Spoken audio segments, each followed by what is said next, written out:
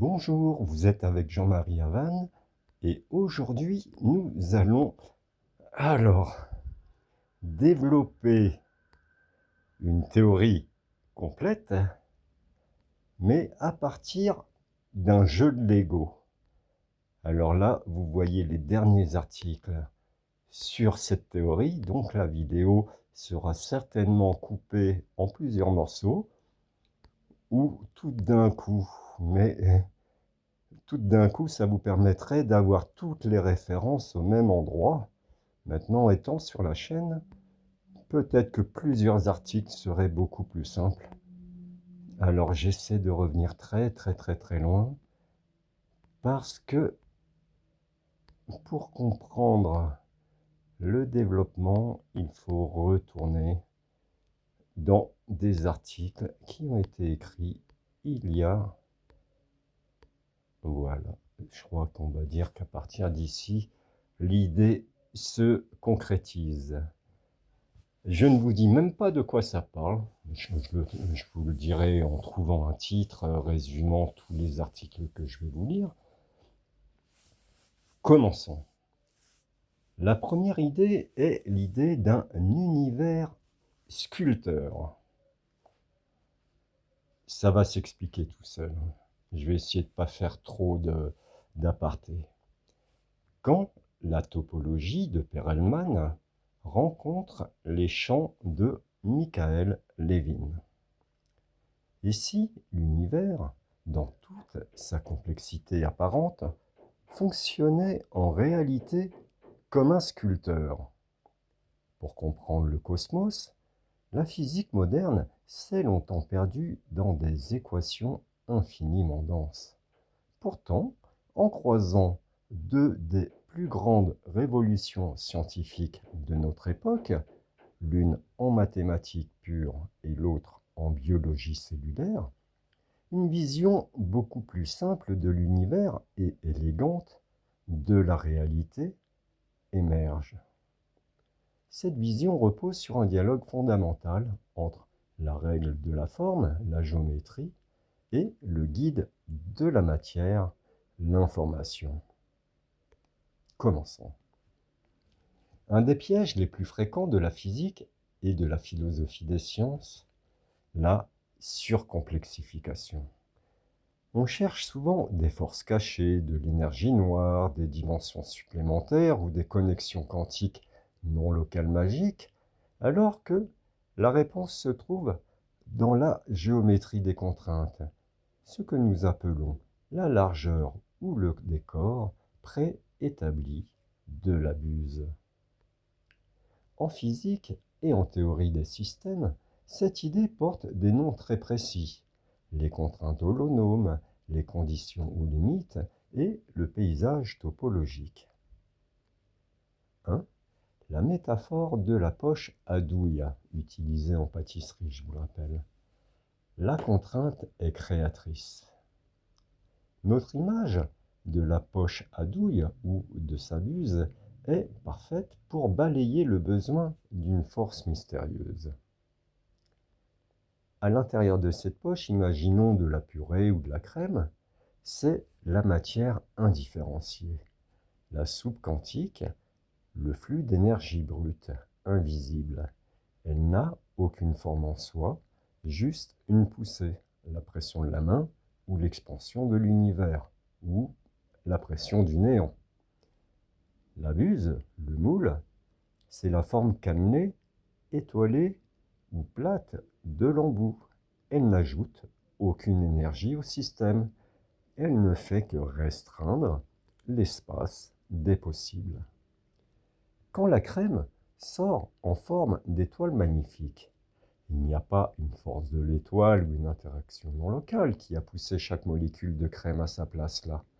C'est simplement la géométrie de la buse qui a rendu toutes les autres trajectoires impossibles. La forme naît de la soustraction, pas de l'addition. Comme un sculpteur dans un bloc. Donc il y a deux façons de procéder, soit comme ceux qui reconstruisent les cadavres, ils rajoutent de la matière sur une structure, ou ils ont un bloc et ils en enlèvent pour créer le buste. Voilà l'idée. Le lien avec Perelman, Levin est le principe de moindre action. Cette vision de la buse cosmique s'intègre directement dans notre structure de pensée.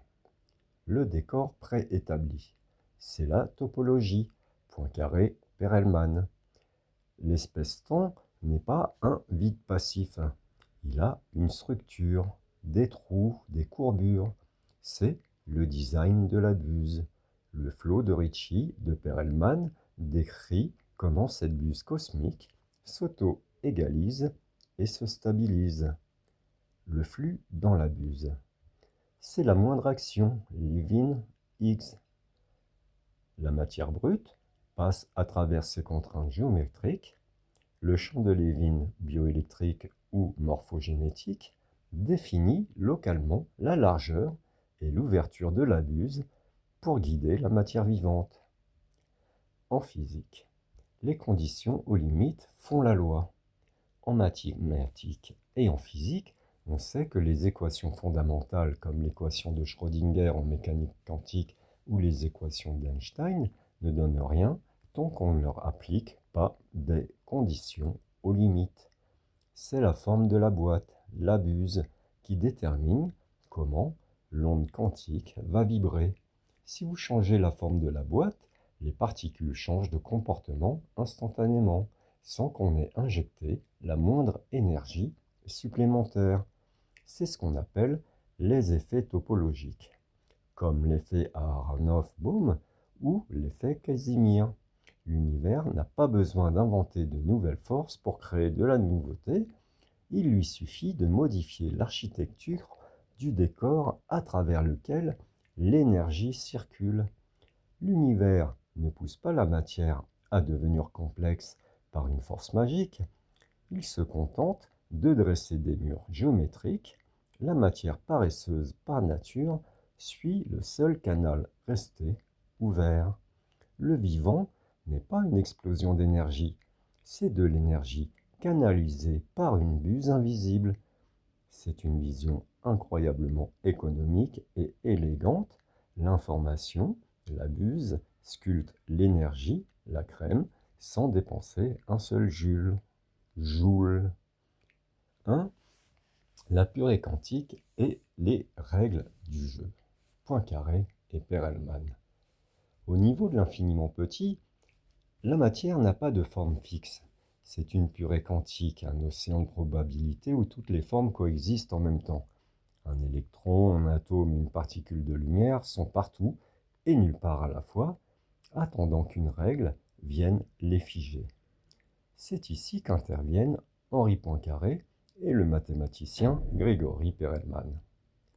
À travers la résolution de la célèbre conjecture de Poincaré, Perelman a démontré comment les formes géométriques peuvent se déformer, se lisser et s'optimiser à travers ce qu'on appelle le flot de Ricci.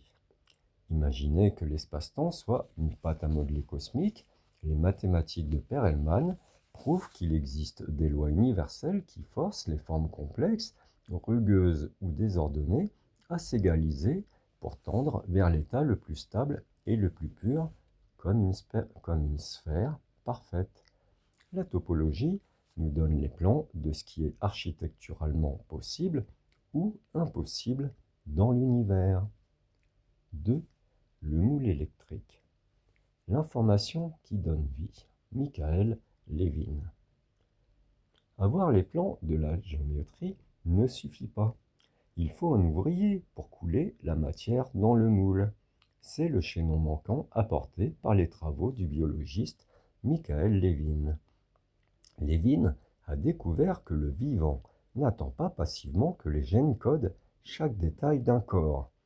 Les cellules communiquent entre elles via des champs bioélectriques, des gradients de tension. Ce sont des courants lents, pas des courants rapides. Bon, j'y reviendrai.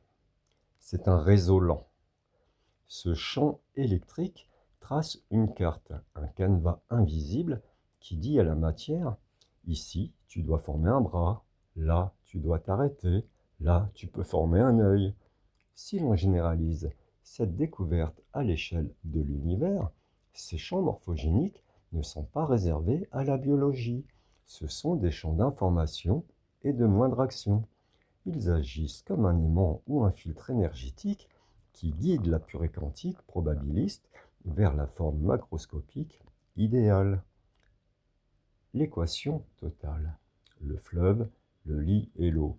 Pour résumer l'univers de manière simple, on peut imaginer un fleuve. L'eau, c'est la matière quantique de Poincaré. Elle est fluide, chaotique, pleine de possibilités capables de prendre n'importe quelle forme.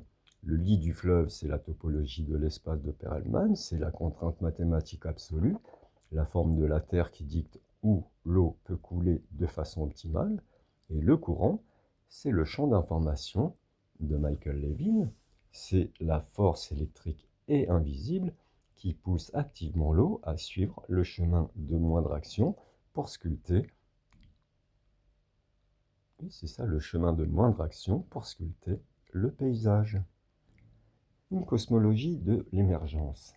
Dans cette vision unifiée, l'univers n'est plus une machine froide régie par le hasard et la destruction, c'est un système d'apprentissage permanent. La géométrie pure de Perelman définit les structures rigoureuses de l'espace-temps, tandis que les champs dynamiques de type Michael Levin, dont Levin, servent de moule énergétique pour matérialiser l'information. La matière ne fait que suivre le chemin de la plus grande économie d'énergie pour habiter les formes que la géométrie lui autorise. L'univers devient alors une évidence, une géométrie qui s'informe et une information qui se donne forme.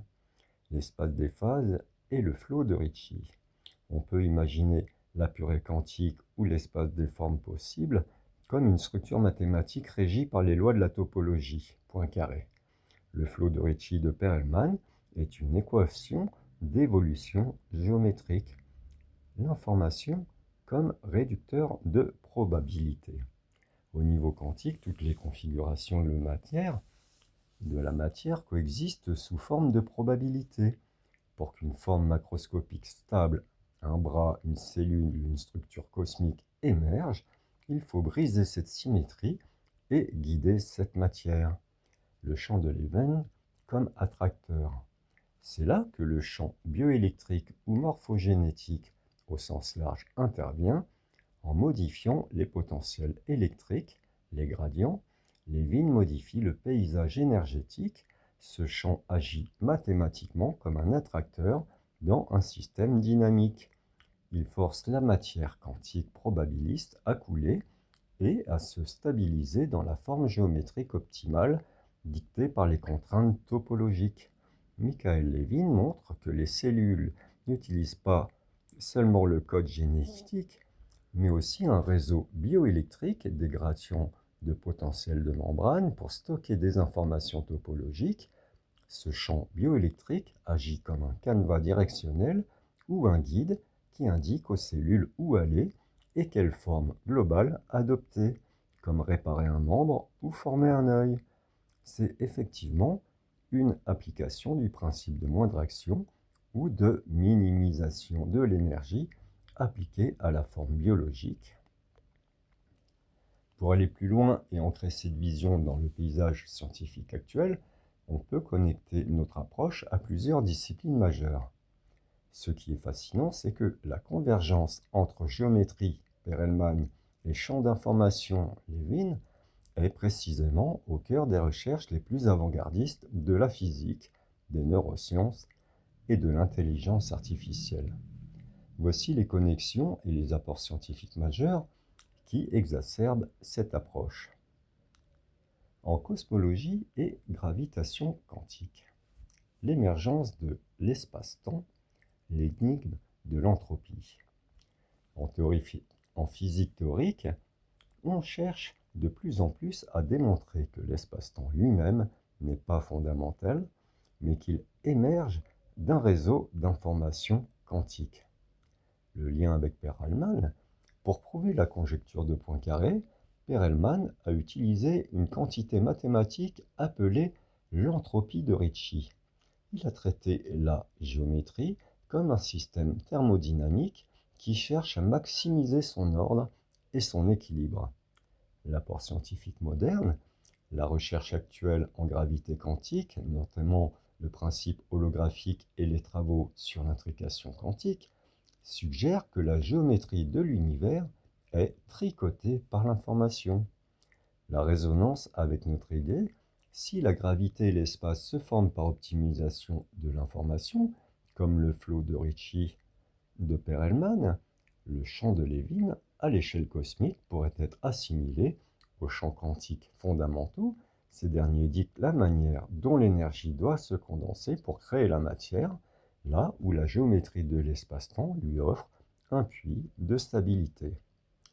En neurosciences et sciences cognitives, le principe de l'énergie libre, Carl Friston.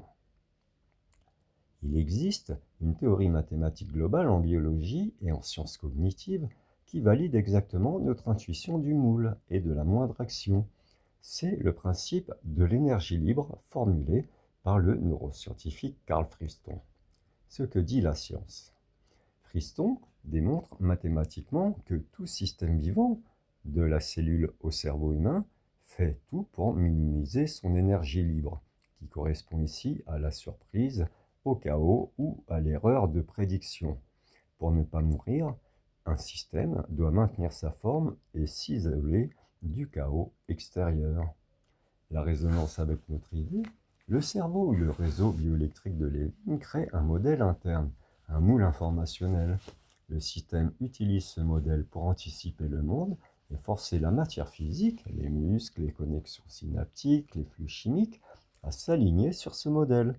C'est la définition exacte de notre concept. L'information interne agit comme une contrainte qui sculpte la réalité physique pour la rendre optimale.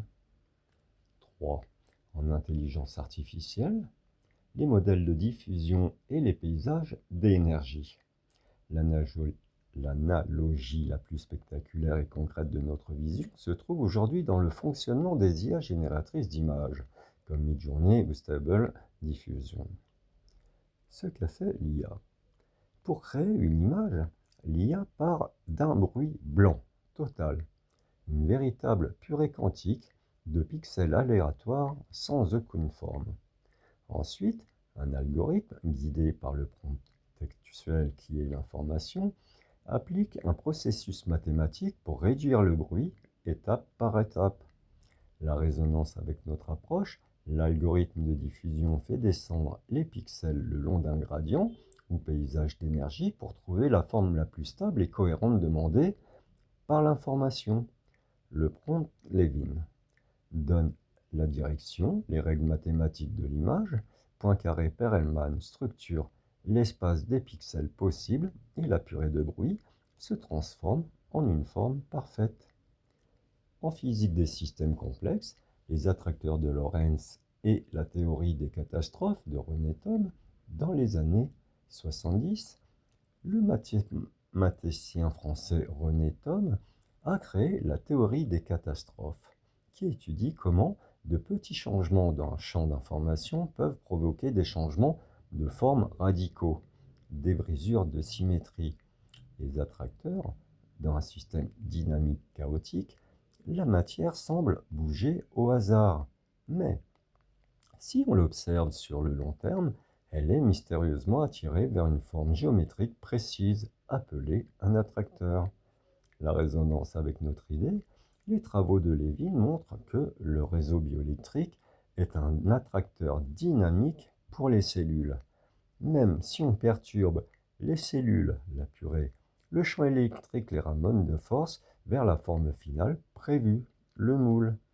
Perelman, de son côté, montre que les flots de Ricci attirent toutes les géométries bizarres vers la sphère. L'univers fonctionne par attraction de forme.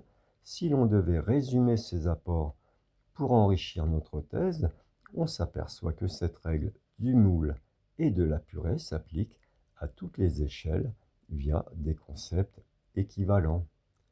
Échelle, la purée cosmique, ça doit être un tableau. Je ne vais pas le lire. parce que ça va être trop compliqué à remettre en place. En plaçant le champ de Levin aux côtés du mur de Planck et du champ de Higgs, nous venons de tracer les trois grandes frontières ou filtres qui jalonnent la descente de l'information pure vers la matière vivante et organisée. C'est le triptyque de la matérialisation. On peut littéralement visualiser ces trois étapes comme les trois tamis successifs du cosmos, le triple crible de l'univers, de l'information à la forme.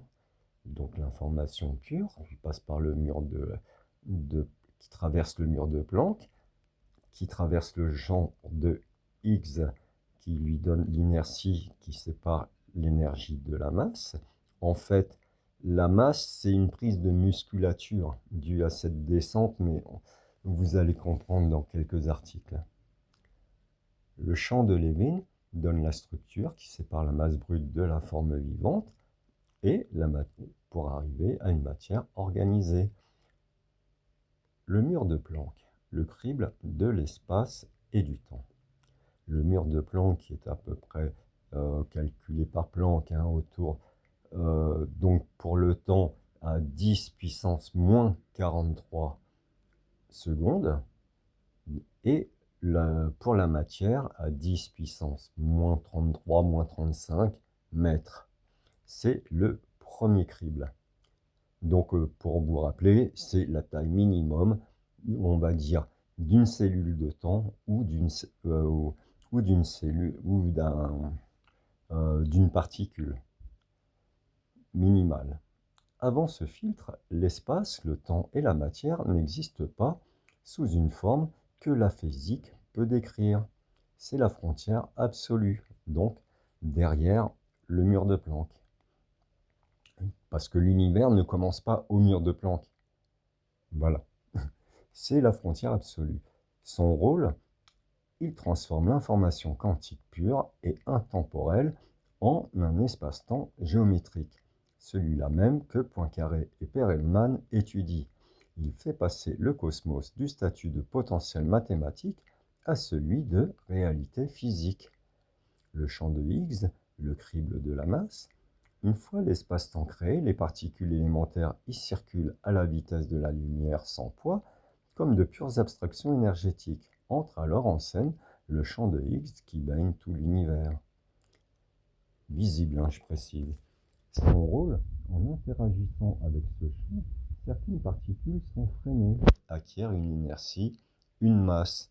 Le champ de Higgs condense l'énergie en briques élémentaires pesantes, les quarks, les électrons. C'est la musculature de l'information. C'est le passage de la lumière à la matière brute.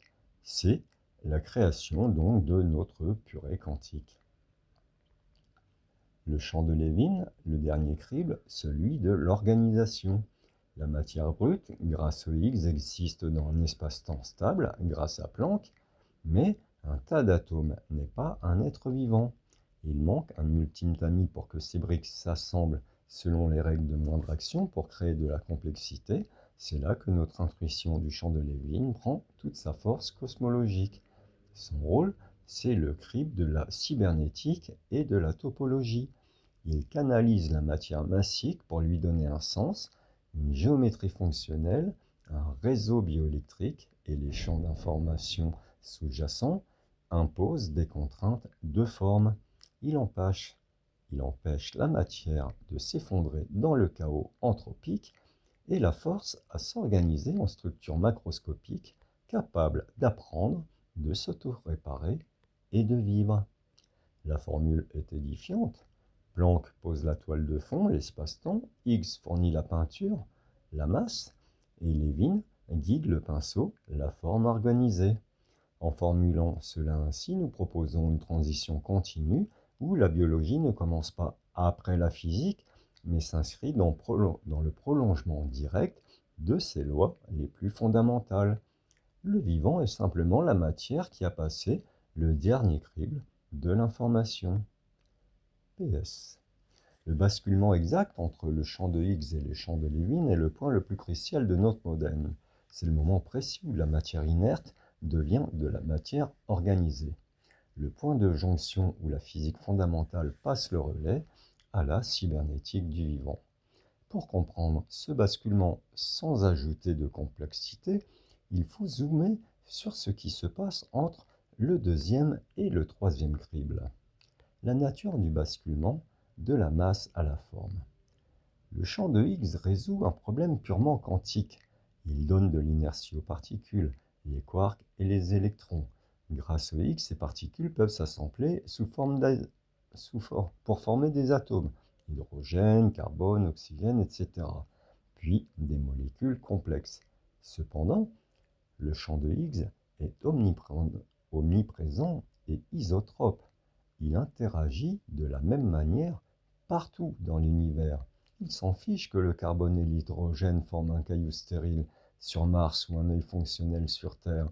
Le Higgs fournit la masse brute, mais il est aveugle à la structure. Le basculement vers le champ de Levin se produit lorsque ces molécules massives atteignent un seuil de complexité où elles cessent d'être de simples objets passifs pour devenir des systèmes dynamiques ouverts. Le point de jonction, l'émergence du gradient. Le moment exact du basculement mathématique et physique se situe dans l'apparition d'un gradient de potentiel asymétrique sous le seul empire du Higgs. Les molécules s'agglutinent selon les lois de la thermodynamique classique. Elles cherchent l'équilibre thermique passif, l'entropie maximale, la mort thermique, c'est le caillou qui roule et s'arrête au bas de la colline. Le basculement, Levin, dès qu'un groupe de molécules comme une membrane lipidique primitive réussit à piéger de l'énergie pour maintenir une différence de charge électrique entre son intérieur et son extérieur, le champ de Levin s'active. Ce minuscule saut de tension électrique, quelques millivolts à travers une membrane, change tout. Ce n'est plus une simple force physique passive, c'est une information de position. Le système vient de fabriquer sa propre buse en créant ce gradient. Il brise la symétrie de l'espace environnant et commence à dicter aux autres molécules où elles doivent se placer selon le principe de moindre action. L'analogie de la fonderie, le métal et le moule. Pour rester dans l'esprit de notre article, on peut imaginer ce basculement exactement ainsi. Imaginez une fonderie de bronze, le champ de Higgs c'est la liquéfaction et la masse. C'est le moment où le métal est fondu pesant près dans le creuset. Il a une masse, une existence physique, mais il n'est qu'un liquide informe. Le basculement, c'est l'instant de la coulée, c'est la fraction de seconde où le fondeur incline le creuset, le métal quitte son état de flaque stérile. Le champ de Levin, c'est le moule en argile. Dès que le métal touche les parois du moule, les contraintes géométriques prennent le dessus sur la gravité brute. Le métal n'a pas d'autre choix que d'épouser les canaux préétablis. Le basculement est donc un changement de régime. On passe d'un régime régi par les lois de la force Higgs à un régime régi par les lois de la forme et de l'information. Levin.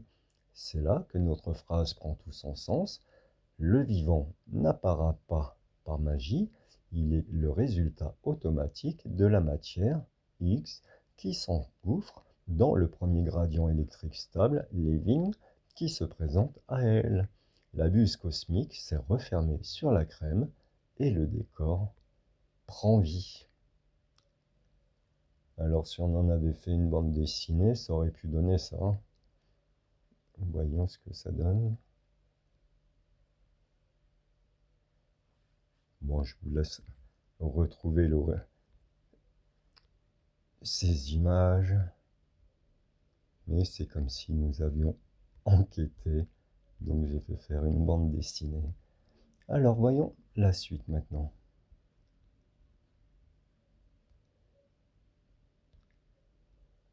Le temps que je trouve, ça vous laisse quelques secondes pour essayer de comprendre ou de réunir le tas d'informations qui a été donné, parce que ce qui empêche des fois la compréhension, c'est trop d'exemples.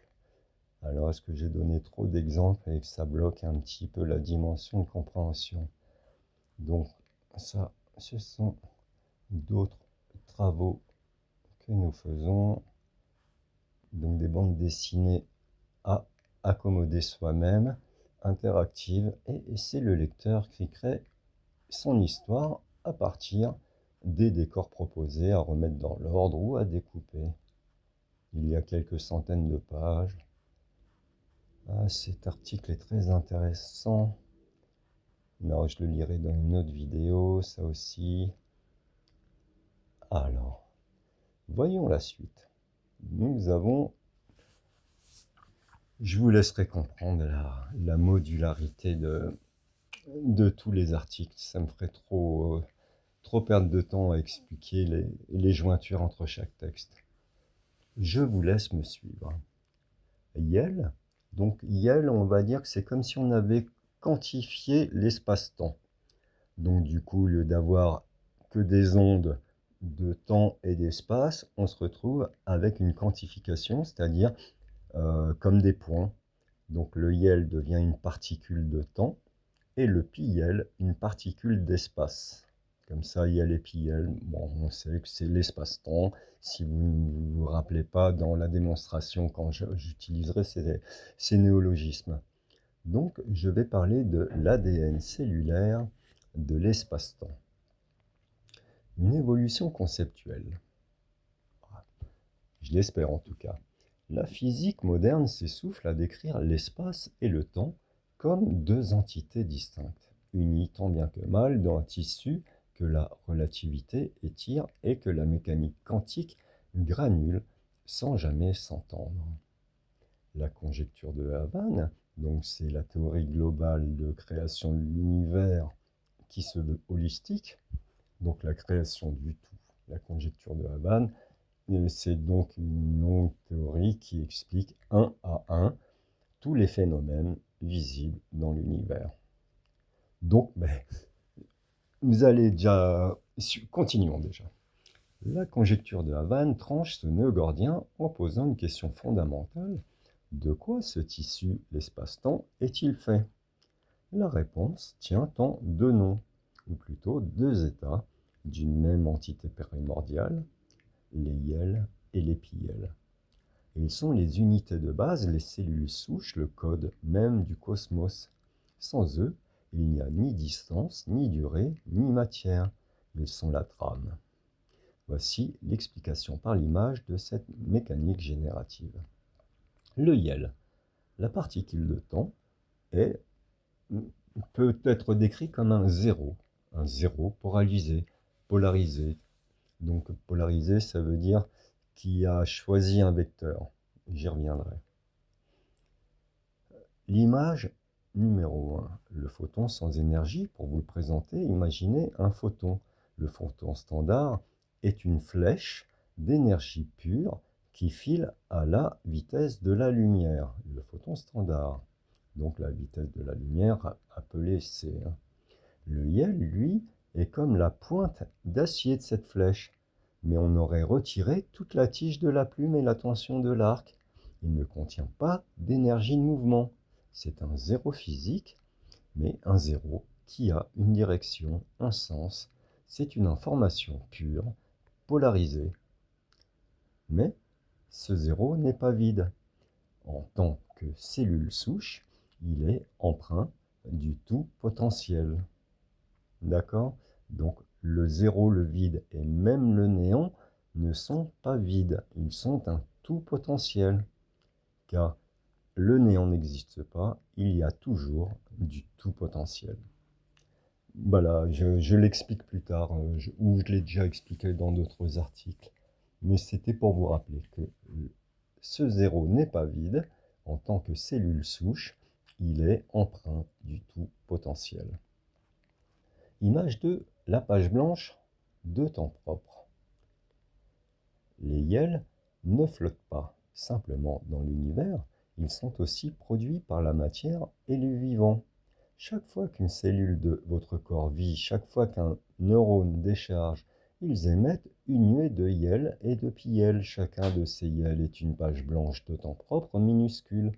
Votre vie, seconde après seconde, est l'écriture continue de ces milliards de pages blanches qui se versent et s'agrègent dans le grand livre du temps général. Le temps ne s'écoule pas, Il se crée de l'intérieur par l'activité informationnelle du vivant, comme une mousse expansive. Voyez? Le PIL, la particule d'espace, le buvard hyperbolique. Mais il faut de l'espace autant pour se déployer. L'information ne peut rester une pure intention volante. C'est ici qu'intervient l'ambivalence du YEL, le point de vue. Chaque YEL, en cherchant à se formaliser, c'est la plongée sacrée de l'information, doit acquérir une perspective. Il se polarise en PIL. Si le YEL est la pointe de la flèche, le quand, le PIL est le point d'impact, le où. Le PIL est une particule d'espace, une brique géométrique, mais pas n'importe laquelle. C'est un mini trou noir gravitationnel, une entité hyperbolique. Le buvard de l'univers formalisé, pour décrire la trame, imaginez que les PIL en s'assemblant forment un gigantesque buvard cosmique, le tissu de notre univers observable. Ce buvard absorbe l'information pure des YEL, l'information déteint sur ce tissu de PIL, lui conférant sa masse, sa texture et sa consistance matérielle.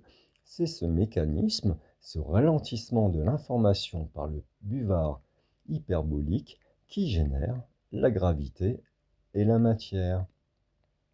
La mécanique générale, duplication est là, et réseau mycélien. C'est ici que YEL et PIL expliquent l'univers à grande échelle. La mousse expansive, comme les cellules HeLa. Et je vous laisse vérifier dans le dictionnaire, hein. Ça s'écrit H-E, L majuscule A. Non, pas comme je l'ai écrit. Voici la solution élégante de la conjecture de Havane à l'expansion de l'univers, éliminant le besoin d'une énergie noire. Les YEL, PIL s'autodupliquent. Pensez à une mousse expansive, comme je l'ai dit tout à l'heure, injectez une petite quantité et elle se met à gonfler spontanément. Ou mieux, pensez aux cellules HeLa, ces cellules immortelles qui se divisent indéfiniment. Je vous laisse retrouver l'histoire, c'est troublant et fascinant l'histoire des cellules HeLa. J'en ai même fait une thèse, à ma manière, hein, bien sûr. L'effet Casimir. La limite entre le monde des informations, le monde des concepts et la réalité matérielle est le mur de Planck, notre frontière quantique. Mais le monde immatériel est en connexion avec le matériel et insuffle ses ordres de configuration à la matière. Cette force du bulk en anglais ça veut dire en vrac. Donc c'est l'idée de l'information brute, tout potentiel, mais en vrac. Et en plus transparente. Vu qu'elle n'a pas de dénomination, elle ne peut pas avoir de couleur. Hein, comprenez bien cette nuance. Le bulk est transparent par essence. Eh bien, je tousse. Cette force du bulk est énorme et délaye sa puissance brute de l'information en pixels de temps infinitésimal, confinant et utilisant l'énergie du potentiel du zéro via l'effet Casimir, qui lui aussi a besoin d'être discrétisé et doit s'accompagner de la création de la paire IL-PIL pour stabiliser et régénérer l'univers constamment. À chaque interaction quantique, à chaque acte de conscience qui génère une information, la brique IL-PIL se dédouble. Comme la matière et le vivant ne cessent d'interagir et de vivre, ils injectent une infinité de nouvelles pages blanches de IL-PIL dans le tissu de l'espace-temps, le forçant à s'étirer de l'intérieur sans force externe. C'est l'expansion spontanée de la vie. Le réseau mycélien synaptique. Cette trame de IL-PIL est d'une finesse infinitésimale à l'échelle de Planck. Comment tient-elle sa cohérence globale, cette structure toroïdale? Le pompon. Donc je rappelle que le pompon est l'image que la conjecture de Havane et donc la forme que la conjecture de Havane donnerait à l'univers. Donc l'image d'un tore, c'est une idée qui a aussi été partagée par d'autres, hein, mais comme un pompon. Et voyez la laine quand on fabrique un pompon avec un morceau de carton et de la laine, eh bien l'information serait la laine qu'on enfile autour de ce pompon toroïdal qui, lui, est formé par l'espace-temps. Donc, et qui est une projection de fractal. Donc, bon, je commence à partir ailleurs. Je vais reprendre, et quoi qu'il en soit, tout se restructure tout seul. C'est la conjecture est tellement comme des petits Legos qui s'imbriquent que vous comprendrez de vous-même. C'est ça que je veux dire. Ce n'est pas grave si vous ratez un exemple ou une information, elle revient toujours sur la scène, vu qu'elle est toujours utile. J'arrête de me couper et je continue. Grâce à une structure plus large, imaginez que ce buvard de Piel est parcouru, structuré et soutenu par un gigantesque réseau mycélien synaptique. Les filaments de ce champignon cosmique sont des cordes d'intrication et les nœuds sont les trous noirs hypermassifs. Ces monstres sont des maxi-piels. Donc les trous noirs hypermassifs au centre des galaxies, je m'aperçois que c'est l'équivalent du Piel, mais à l'échelle énorme. Voilà. Des relais surpuissants de l'intrication générale. Ils relient par-delà les distances chaque Piel infinitésimal à l'unité de la cellule cosmique géante. Ils garantissent que la vitesse octonionique, donc c'est la vitesse de la lumière C puissance 7. Donc imaginez, c'est quasi instantané, hein. Mais avec une forme finie. Quand quand la propagation, la vitesse de la lumière, elle peut être presque infinie, mais s'il n'est pas infini, infini toujours un moment par se figer, par avoir besoin de plus de temps pour se régénérer, vous comprenez? Bon, je continue. Ils garantissent que la vitesse octonionique, l'impulsion logique originelle, se propage instantanément pour coordonner le déploiement du pompon, dont imaginez une demi-orange. En dessous, c'est hyperbolique. C'est l'état des PL, la résonance des PL et le bulk en même temps. Enfin, les PL font la frontière et dessous, il y a le bulk hyperbolique. Et avec un réseau mycélien où tout transite à C puissance 7. Et par contre, ça part du dessous et ça remonte vers la surface pour créer la matière. Et le plateau de la demi-orange, donc le plat euclidien, donc on a bien une double géométrie de l'espace. Le dessus, lui, c'est C1. C'est la vitesse de la lumière connue, 300 000 km par seconde à peu près, à peine moins. Donc on y reviendra plus tard. La masse comme résistance au temps. En physique classique, la masse est une résistance à l'accélération.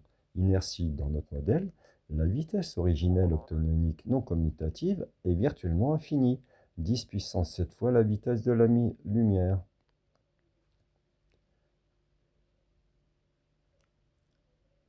Donc C puissance 7. Oui, donc à cette vitesse, l'information pure ne pèse rien, elle est instantanée. En franchissant le mur.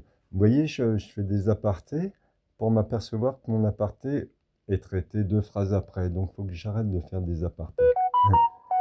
En franchissant le mur de Planck, cette vitesse subit une compression, une segmentation en pixels de temps.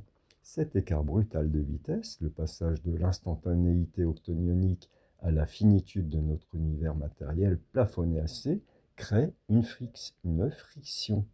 C'est ce différentiel qui engendre la masse, définie comme une résistance au temps.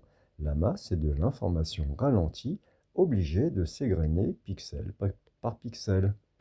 Le champ de Higgs réinterprété comme un champ de vitesse. Nous offrons ici une alternative géométrique au mécanisme de Higgs standard. Le champ de Higgs n'est pas une substance visqueuse mystérieuse, il est constitué de ces zéros physiques, les IL, ces pixels de temps alourdis par l'information qu'ils doivent désormais transporter à vitesse finie. C'est important.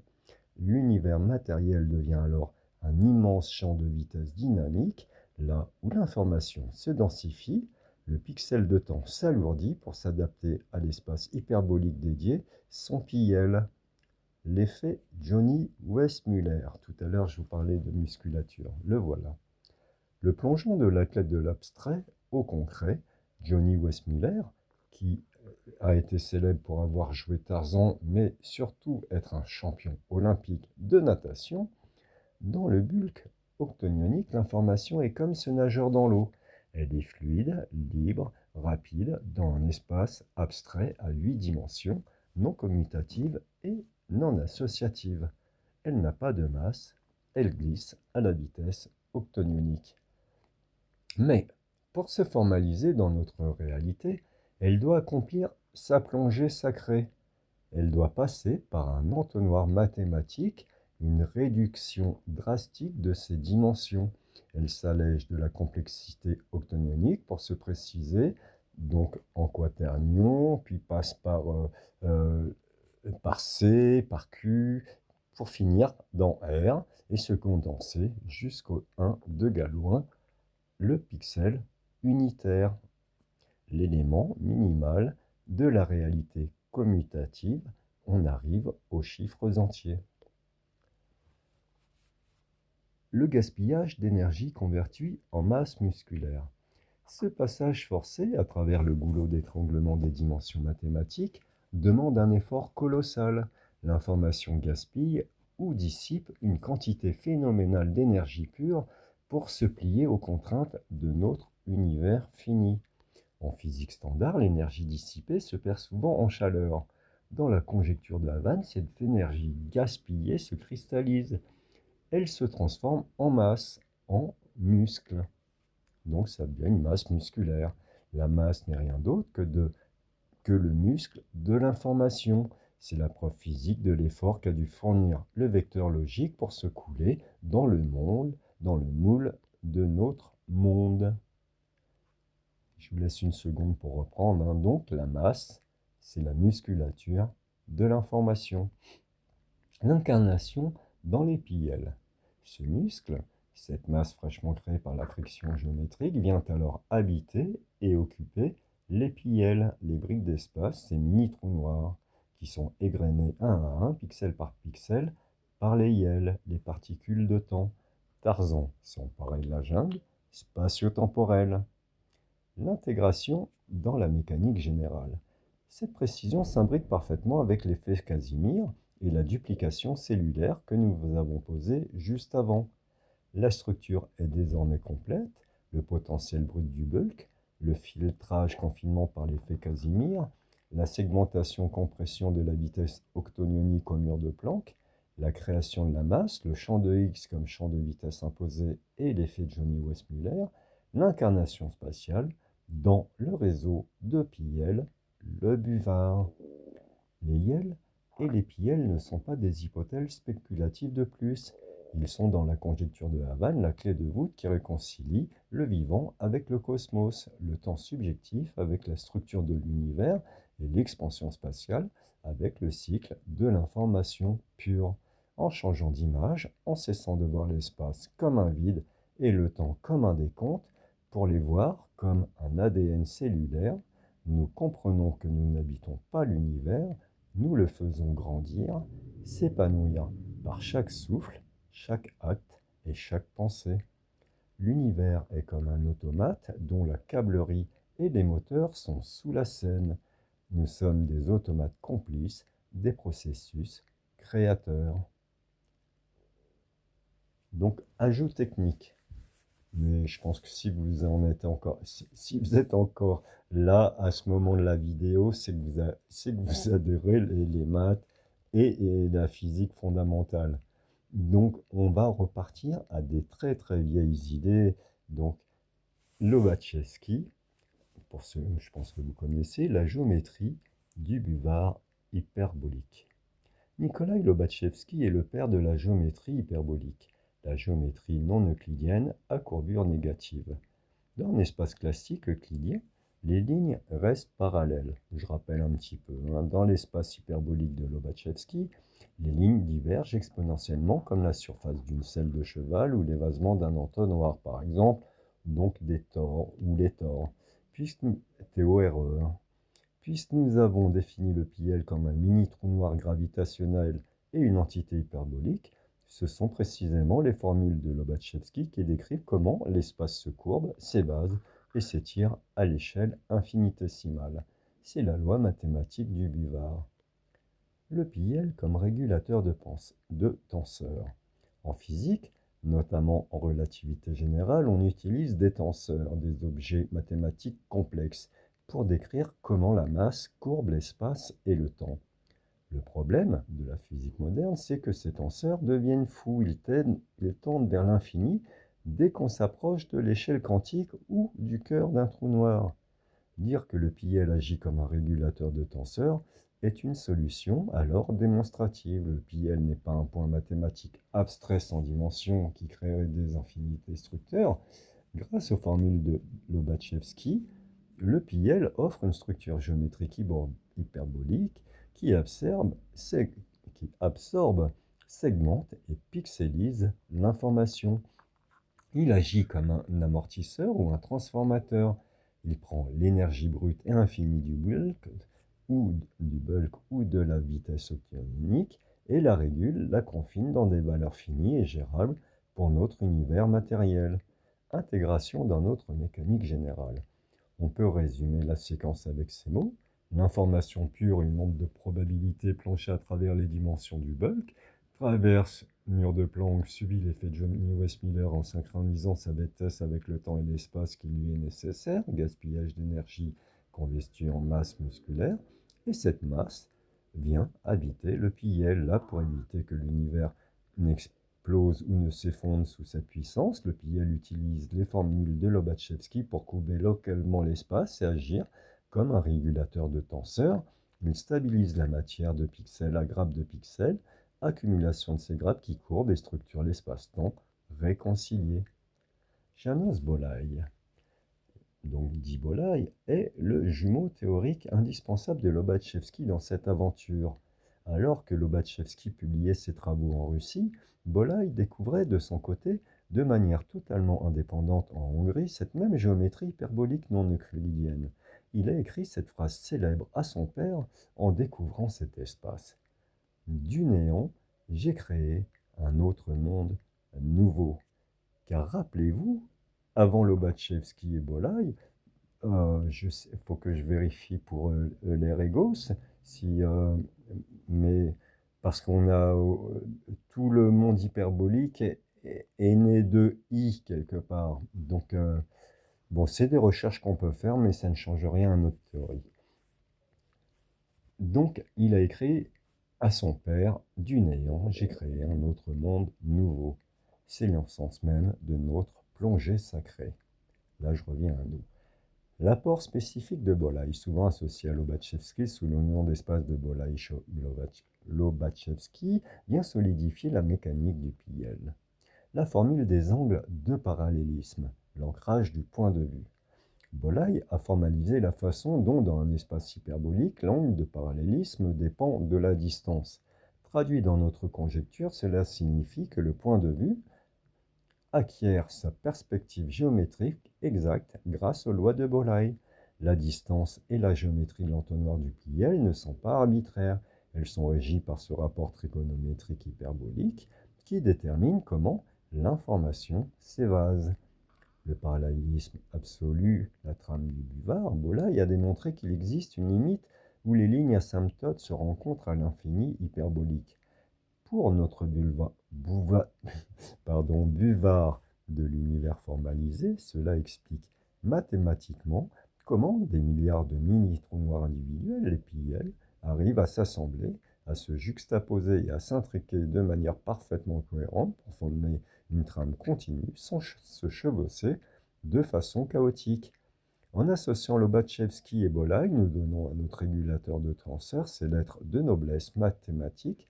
Ils sont les deux ingénieurs qui ont compris les plans géométriques de la scène, donc de la boîte de vitesse sous la scène. Donc la scène de la réalité. La scène étant le mur de Planck.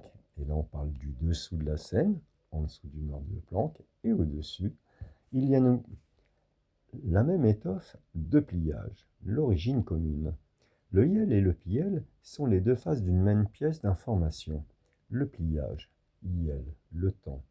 L'entité est pliée de manière unidimensionnelle, tendue comme une flèche logico-temporelle. c'est le camp qui porte le potentiel pur sans s'étaler. Le pliage, PL, l'espace. La même entité subit une torsion hyperbolique, le pliage de Bolyai-Lobachevsky, pour s'ouvrir en entonnoir. C'est le OU qui offre une surface d'accueil. La complétude constante. Ils ne peuvent pas exister l'un sans l'autre, car ils se complètent dynamiquement pour stabiliser l'univers. Le YEL apporte le rythme, le pixel, le temps, le pixel de temps, et le PL apporte la structure, le régulateur de tenseur. S'ils se séparent au mur de Planck, c'est uniquement pour jouer leur rôle respectif dans la pièce de théâtre de l'univers observable ensemble par leur géométrie complémentaire. Ils reforment instantanément l'unité originelle.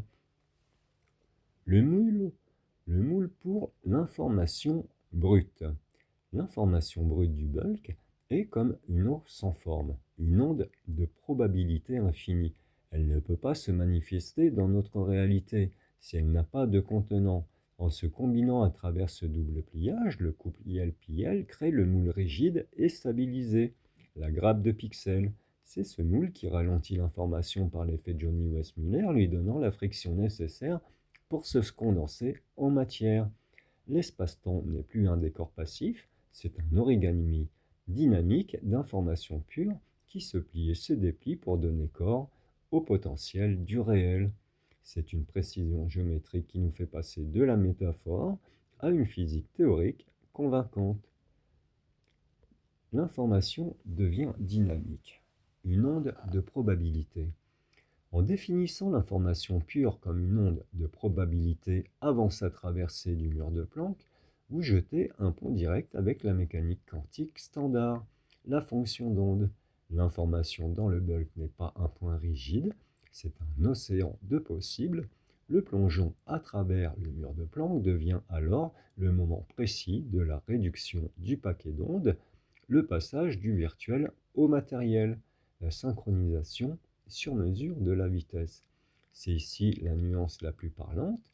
L'effet Johnny-Westmuller n'est pas seulement une friction passive due à un goulot d'étranglement, il devient un processus actif de synchronisation. L'information ajuste sa vitesse infinie d'origine avec le temps et l'espace qui lui est nécessaire. La création de la masse musculaire n'est plus un simple accident de parcours, c'est le prix exact à payer pour s'ajuster localement à une trame spatio-temporelle précise. C'est du sur-mesure cosmique. Ça veut dire que chaque élément doit avancer à une vitesse prédéfinie dans l'univers réel. Alors que vous avez compris, de la brique élémentaire à la structure, de pixel à grappe de pixels. En passant de la stabilisation pixel par pixel de pixel à grappe de pixels, nous introduisons l'idée d'un mécanisme d'agrégation et de complexification. Le PL ne gère pas seulement sa petite unité isolée, les briques s'assemblent immédiatement en grappes comme des molécules d'espace-temps ou des structures cellulaires. C'est l'accumulation organique de ces grappes qui prend le relais des formules de Lobachevsky pour courber macroscopiquement le tissu, créant la gravité que nous observons à notre échelle. Cette version montre un univers beaucoup plus fluide où la géométrie pure s'organise d'elle-même en structures complexes, les grappes. L'univers n'est pas seulement pixelisé, il est organisé, structuré et réconcilié. Alors, ça peut donner ça,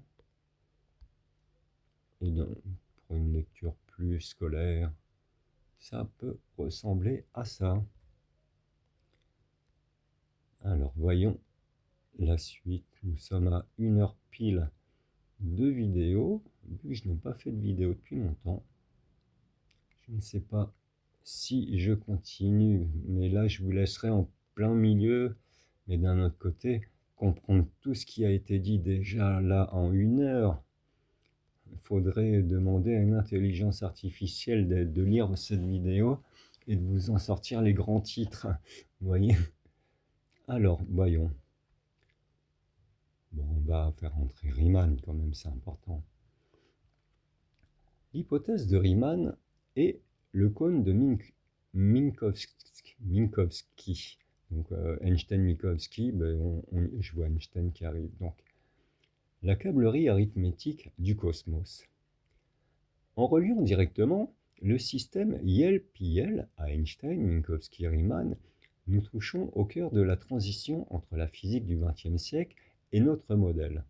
Nous venons de décoder la géométrie de l'arithmétique cachée de l'espace-temps relativiste à travers le prisme de la conjecture de Habann. En relativité restreinte, le cône de lumière de Minkowski sépare précisément la réalité. Une double géométrie euclidienne pour le présent, le Yale de réalité, la vague haute, et hyperbolique pour la traîne, le traitement et le recyclage de l'onde. L'onde de probabilité s'aplatit en présent, tandis que la traîne fixe le passé et recycle le potentiel non utilisé pour une future utilité. Le potentiel doit rester quantifiable. La ligne critique en 1,5, la vague haute du présent. Chez Riemann, la fonction zeta possède une infinité de zéros non triviaux qui, selon sa célèbre conjecture, sont tous parfaitement alignés sur une droite verticale unique, la droite critique d'abscisse, x égale 1,5. Dans notre modèle, cette ligne droite inflexible, c'est l'axe du présent. Pour Einstein et Minkowski, ce présent bascule dans une géométrie plane, une coupe plate dans le bloc espace-temps. C'est la vague haute, la crête de l'origami au moment exact où le pliage se matérialise. Nos Yel sont précisément ces zéros physiques polarisés. Ils ne se dispersent pas de manière chaotique sur le plan complexe, ils s'égrènent exclusivement sur cette crête de l'origami, cette vague haute où la probabilité s'aplatit en réalité mesurable, un pixel de présent pur. Le 1,5 de Gauss-Riemann devient la signature mathématique de l'équilibre parfait de notre présent euclidien. Hors de la ligne, la traîne hyperbolique, le PL. Que se passe-t-il si une onde ou une information s'écarte de cette ligne critique des zéros? Elle bascule dans le reste du plan complexe. Dès qu'on s'écarte de l'instantané du présent pour regarder l'intervalle d'espace-temps, la métrique de Minkowski, les mathématiques basculent obligatoirement dans une géométrie hyperbolique. C'est là que Lobachevsky et Bolyai prennent tout leur sens sous la scène, fixer le passé. La traîne hyperbolique du PL agit comme la structure de confinement. Elle durcit l'information qui vient de s'aplatir en présent, la scellant dans la trame de l'univers observable, le buvard. Recycler le potentiel. L'onde de probabilité qui plonge à travers le bulk est infinie. Tout ne se matérialise pas dans la vague haute du présent. Ce qui reste, le potentiel non manifesté, n'est pas détruit. Il est aspiré, trié, redistribué par l'entonnoir hyperbolique du PL. Le potentiel doit rester quantifiable. C'est le point d'orgue de notre réflexion et c'est exactement la raison d'être de la fonction zeta de Riemann. Sans cette distribution stricte des zéros sur la ligne critique, la répartition des nombres premiers, les briques élémentaires de l'arithmétique, serait chaotique et imprévisible. Dans la conjecture de Habann, c'est la même chose. Les Yel doivent s'aligner sur la crête du présent, la ligne critique des zéros physiques, pour que le potentiel reste quantifiable. Si les zéros flottaient n'importe où, la trame de l'univers baignerait dans un flot probabiliste total. La fonction globale de l'univers divergerait vers l'infini et la matière ne pourrait pas se condenser. En passant par la traîne hyperbolique du PL, ce potentiel est discrétisé, segmenté en grappes de pixels. Conclusion, la fonction de la câblerie. Minkowski avait la géométrie, Einstein avait la physique de la covariance, mais il leur manquait le moteur informationnel et les patterns de fractales. En montrant que l'espace-temps euclidien hyperbolique est un mécanisme de pliage dynamique pour quantifier et recycler le flux d'informations, nous donnons une fonction vitale à leur structure. Minkowski et Einstein décrivaient l'automate, nous révélons la fonction de sa câblerie. Nous venons de faire entrer Riemann sous la scène, c'est un pas de géant théorique, je pense. Avec ce texte, nous changeons le statut de l'hypothèse de Riemann. Elle n'est plus seulement un problème d'arithmétique abstraite pour mathématiciens égarés, elle devient la loi de stabilité thermique et informationnelle de la réalité. L'alignement des zéros en 1,5 est la condition physique pour que le présent existe sans que l'univers n'explose. Pour intégrer le plan riemanien et la convexité hyperbolique directement au cœur du schéma classique de Minkowski, il faut imaginer une fusion géométrique en 3 couches superposées. Voici comment l'illustration se structurerait techniquement. 1. La coupe horizontale, le plan complexe riemannien x égale 1 pi. Le plan du présent, la vague haute n'est plus une simple feuille de D neutre, c'est le plan complexe de la fonction zeta, l'axe central du temps qui monte verticalement, intersecte ce plan exactement sur la droite critique d'abscisse x égale 1,5. Les IL sont dessinés comme des points scintillants, les zéros non triviaux alignés comme des perles sur cette ligne de front euclidienne. Les flancs du cône, la convexité hyperbolique, Lobachevsky-Walai, dès qu'une onde de probabilité s'écarte de la ligne critique 1,5, lorsqu'elle n'est pas choisie par le présent, la géométrie s'incurve brutalement vers le bas dans le cône du passé. Les parois du cône inférieur ne sont plus rectilignes, elles adoptent une convexité hyperbolique négative en forme de selle de cheval ou d'entonnoir convergent. Ce sont les lignes du flux du PIL. La traîne de recyclage qui aspire le potentiel et le contraint à se segmenter en grappes fractales de pixels. Les patterns fractales sous la scène. En arrière-plan, la trame de fond montre une grille dynamique où les formes hyperboliques se répètent à des échelles de plus en plus petites, autosimilarité symbolisant la distribution fractale de l'information pure à travers le mur de Planck. Le schéma devient ainsi un outil visuel d'une clarté absolue. L'information plonge, bulle fractale, s'aligne et s'aplatit au centre Riemann, IL, puis sa traîne est confinée et recyclée par la courbure des parois, Minkowski, Lobachevsky, PIL. La boîte de vitesse sous la scène est désormais cartographiée. Vous connaissez cette image. Alors voyons. Ah, il n'était pas long à lire cet article. Alors voyons, parce que là après on entre, c'est hyper intéressant. Donc là on a introduit Riemann. Il y a un théoricien que vous ne connaissez pas beaucoup, c'est Morse. J'ai envie de vous lire l'arrivée sur Morse. Structure de l'espace-temps, la théorie de Morse. Alors ça va ressembler à tout ça. L'outil mathématique exact qui décrit le fonctionnement de notre origami cosmique. La théorie de Morse n'entre pas seulement en compte, elle fournit la syntaxe exacte de notre plongée sacrée de l'information. En mathématiques, la théorie de Morse étudie la topologie d'une variété, une surface, en analysant les fonctions définies sur cette surface à travers leurs points critiques, les endroits où la pente s'annule, sommet, creux, col. La théorie de Morse s'imbrique au pixel près avec la conjecture de Havane et nos derniers textes. La vague haute et la traîne. Les points critiques de Morse dans nos textes, nous décrivons l'information pure comme une onde qui s'aplatit au présent, la vague haute, avant de basculer dans la traîne hyperbolique du présent, du PIL. Voilà, sur quoi j'ai appuyé? Ah ben. Voilà, nous y revoilà. En mathématiques, la théorie de Morse étudie la topologie d'une variété.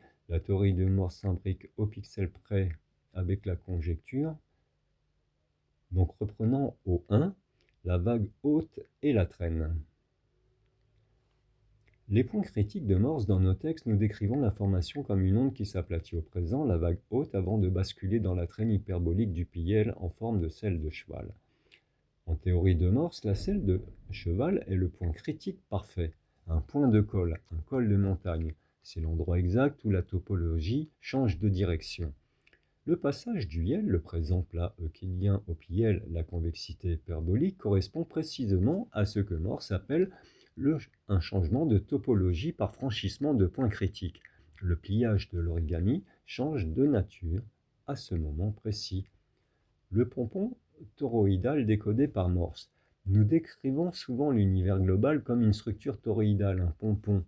Le tore est justement l'exemple historique et fondamental utilisé pour enseigner la théorie de Morse. Quand on fait passer un tore verticalement à travers un plan d'eau, ce qui ressemble étrangement à notre concept de l'information qui traverse le plan du présent, la théorie de Morse montre comment la forme se déploie à travers 4 points critiques. Le fond, création, le premier col, ouverture de l'anneau, le second col et le sommet, clôture. La théorie du Morse est la loi mathématique qui explique comment une structure globale, le pompon, peut être entièrement codée et générée par des points d'information locaux, les YEL et PIEL. Le potentiel quantifiable est l'indice de Morse. Morse a introduit un concept appelé indice de Morse qui quantifie le nombre de directions dans lesquelles une surface se courbe vers le bas à un point critique. C'est la réponse mathématique rigoureuse à notre exigence. Le potentiel doit rester quantifiable. L'indice de Morse est ce qui permet de pixeliser et de compter les directions de l'information pure lorsqu'elle traverse le mur de Planck. Sans cela, la fonction divergerait. Là, elle est segmentée en grappes. En résumé pour l'univers, si Einstein, Minkowski ont donné le décor, l'espace-temps, Riemann, la loi de stabilité, l'axe 1,5 et Lobachevsky-Bolyai, la forme du buvard, l'hyperbolique, la théorie de Morse est le script du pliage. C'est elle qui explique comment l'origami passe dynamiquement d'un état à un autre sous la scène. Il y a une évidence aveugle, un énorme éléphant au milieu de la pièce que nous avons effleuré sans le nommer. Bon, je ne sais pas pourquoi j'ai pris cet éléphant, mais voyons de quoi nous avons oublié la précision. Cette évidence oubliée, c'est la nature même de ce qui pousse l'onde à se plier. L'entropie est le principe de Landauer. Regardez la câblerie sous la scène. Sous cet angle, l'énigme, pourquoi le potentiel doit-il être recyclé? Dans le texte, nous disons si le potentiel restait une fuite infinie. Pardon, je vais tousser. La fonction globale de l'univers divergerait vers l'infini. C'est vrai, mais pourquoi bascule-t-il obligatoirement dans la traîne hyperbolique du PIL? C'est là que la physique de l'information pure, le principe de Rolf Landauer, rejoint la topologie de Morse. Effacer ou stocker de l'information a un coût thermique. Chaque fois qu'une onde de probabilité s'aplatit en présent, le YEL le fait accompli, l'univers effectue un choix, une mesure, un calcul. Le potentiel non manifesté, les branches d'ondes rejetées ne peuvent pas simplement disparaître par magie, car en physique informationnelle, l'information ne peut pas être détruite sans libérer de la chaleur. Si l'univers effaçait purement et simplement ce potentiel non utilisé, il surchaufferait instantanément la saturation thermique des tenseurs. L'évidence de PIL est donc un dissipateur thermique informationnel. La géométrie hyperbolique de Lobachevsky-Bolyai et les points de colle de la théorie de Morse ne sont pas là juste pour faire joli ou pour trier. Par ces périodes de canicule, ça va vous faire rire, c'est le système de refroidissement de l'automate. J'appelle l'automate l'univers visible. Et ce qui fait fonctionner l'automate, c'est dans l'univers invisible. La traîne hyperbolique est une pompe à vide entropique, donc en incurvant le plan complexe hors de la ligne critique 1,5, le PIL dilate l'espace disponible, la géométrie hyperbolique offre un espace infini pour confiner l'information. C'est cela le buvard, il absorbe l'énergie thermique de la compression du présent. Ce que nous avions oublié d'écrire, donc l'alignement des zéros sur l'axe 1,5 de Riemann n'est pas seulement une loi de stabilité arithmétique, c'est la ligne d'entropie minimale. Le présent euclidien est une crête froide et parfaite. Dès qu'on s'en écarte, la traîne hyperbolique prend le relais pour évacuer la chaleur du potentiel non manifesté et le réinjecter, le recycler sous forme de grappe fractale froide dans le bulk, prête pour un prochain pliage. C'est ça la fonction vitale de la câblerie. L'univers est un ordinateur qui ne surchauffe jamais parce que son passé hyperbolique sert de radiateur fractal. Le cône supérieur, le réservoir du futur, le bulk. Avant d'atteindre le présent, le potentiel infini descend du cône supérieur. C'est le royaume des ondes de probabilité pure, fluide et non encore calculée. C'est la monde de l'origami, là où l'information brute se concentre et s'accélère à l'approche de la zone de friction. la coupe horizontale, le plan complexe de Riemann x est égal à 1,5. Au point d'intersection des deux cônes, le plan du présent, la vague haute, agit comme un tamis. Ce n'est plus une simple feuille de D neutre, c'est le plan complexe de la fonction zeta. L'axe central du temps intersecte ce plan exactement sur la droite critique d'abscisse x égale 1,5. Les iels sont ces points scintillants, les zéros non triviaux, alignés comme des perles. C'est la ligne de crête de l'origami, la zone d'entropie minimale, où la probabilité du futur s'aplatit en réalité mesurable, un pixel de présent pur. Les flancs du cône inférieur, la convexité hyperbolique, Lobachevsky-Bolyai.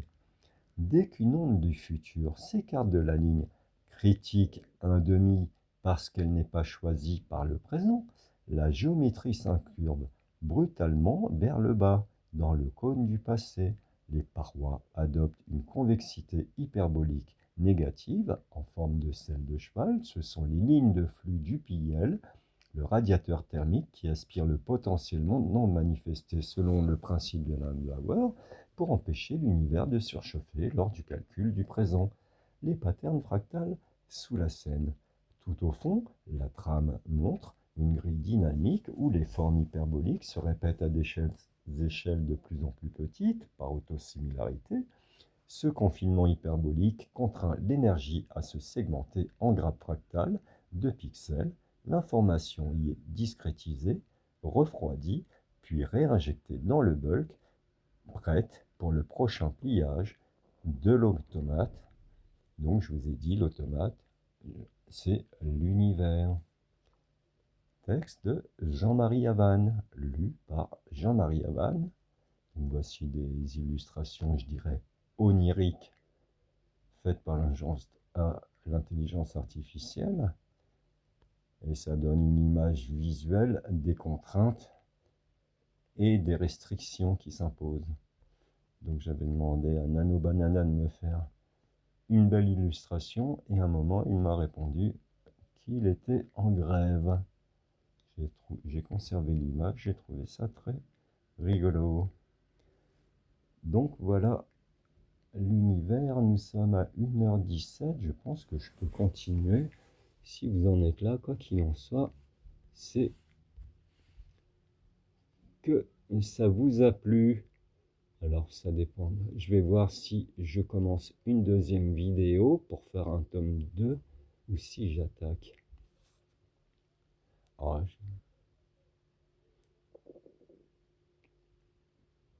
je crois que je vais m'arrêter là et faire une deuxième vidéo, parce que si je commence, ça va faire une vidéo de 3 heures. Ah, j'ai envie de me lancer dans une vidéo longue. Allez, continuons. La racine de l'arbre, le zéro, et l'effondrement fractal. Au départ, le zéro détient tout le potentiel. Pour survivre au néant, qui est une dimension au-dessus du zéro, bon, vous le comprendrez ou vous l'avez lu dans mes vidéos antérieures, je ne vais pas vous réexpliquer le néant, et la différence avec le vide bien sûr, et le zéro. Le vecteur logique s'impose un déploiement. Ce déploiement est une brisure de symétrie. Le zéro s'effondre en une structure fractale en lui-même, donc vers son centre. Le lien avec Riemann. En mathématiques, la fonction zeta est elle-même une structure aux propriétés autosimilaires et fractales. Les plateaux de notre arbre correspondent aux différentes manifestations de cette fonction. L'alignement des zéros sur la ligne 1,5 est la condition géométrique pour que cet effondrement fractal reste stable et harmonique. Si la distribution déviait du 1,5, la fractale s'autodétruirait par effondrement chaotique dans le néant. L'émergence, IL, temps information, et PIL, espace trou noir hyperbolique. Dans notre plateau, notre univers, cet effondrement fractal engendre deux types d'émergence fondamentales sous le mur de Planck. Les IL, les pulsations du temps, les bits d'information pure, ils portent la structure arithmétique, les premiers nombres premiers. Je répète un peu ce que j'ai dit en début de texte, mais au moins ça vous fait un rappel, une redéfinition des termes. Les PIL, les briques d'espace définies comme des mini-trous noirs hyperboliques, c'est ici que la géométrie de Lobachevsky-Bolyai prend corps. Le caractère hyperbolique du PIL courbe l'espace-temps microscopique et crée le contenant où le flux des IL peut circuler. La frontière de Planck et l'effet Johnny-Westmuller, l'inertie. Avant Planck, nous sommes dans le bulk pur, l'information circule sans masse à la vitesse octonionique absolue à la logique fractale. Puis le système traverse la frontière de Planck et rencontre le champ de Higgs. C'est là que se produit l'effet Johnny-Westmuller. Le plongeon dans la viscosité, en traversant le champ de Higgs, l'information interagit avec le champ. Pour avancer, elle doit soit nager, soit s'agripper aux lianes de Higgs. Et la masse comme résistance au temps, cette friction, cette résistance à la progression fluide du temps pur, c'est précisément ce que nous appelons la masse. La masse n'est pas une substance, c'est une inertie temporelle, une décélération de l'information pure qui se traduit par une espèce de musculature de l'information. L'effet Johnny-Westmuller ne se limite pas à la simple friction avec le champ de Higgs pour créer de la masse, c'est un processus dynamique où la dissipation d'énergie forge une véritable musculature. L'énergie qui s'agrippe à la liane du Higgs n'est pas perdue, elle est confinée en musculature et devient la masse propre et individuelle de la particule. La vitesse obligatoire, dès lors que la masse émerge, la flèche du temps, l'axe du temps devient une contrainte absolue. Pour maintenir la stabilité de notre réseau fractal face à l'entropie, les particules massives sont condamnées à une vitesse obligatoire dans l'espace-temps macroscopique. Ce que cela change pour la preuve de Riemann, les plateaux de l'arbre mère correspondent aux extensions algébriques ou aux branches de la fonction zeta, validant ainsi mathématiquement comment un zéro potentiel unique se déploie en une infinité de sous-réalités, nos univers macroscopiques. Dans ce modèle, l'hypothèse de Riemann est la formule qui régit le taux d'effondrement et de résonance entre l'arbre mère, le zéro, et les PL, les mini-trottoirs hyperboliques. La ligne critique 1,5 est la ligne de départage des eaux. Elle garantit que la transition à la frontière de Planck, l'effet Westmuller, se fait de manière continue. Si les zéros n'étaient pas sur cette ligne, l'interaction avec le champ de Higgs serait discontinue, la masse fluctuerait de manière anarchique et notre plateau de réalité s'évaporerait instantanément. Vous avez là une description cinétique et topologique. La géométrie hyperbolique des PIL sont le terrain localisant les IL, sont le temps qui retient et délaye l'information, et le champ de Higgs fige le tout en matière. Tout se tient. Jean-Marie Havane. Donc je crois, on est à 1h22, j'ai lu assez vite, hein, les articles sont courts en fait. Le premier était très long, et je ne sais pas si je continue. En fait, j'ai la pépie, parce qu'il doit faire 38 degrés dans mon appartement. Et donc, c'est pour ça que je m'aperçois que je commence à, comment dire, à avoir la gorge sèche, hein, tout bêtement. Donc, vous pouvez me retrouver sur Facebook, hein, retrouver toutes ces images.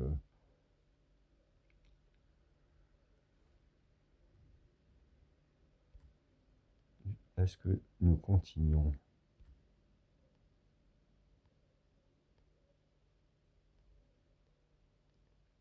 Ah ouais, on va finir quand même par Riemann.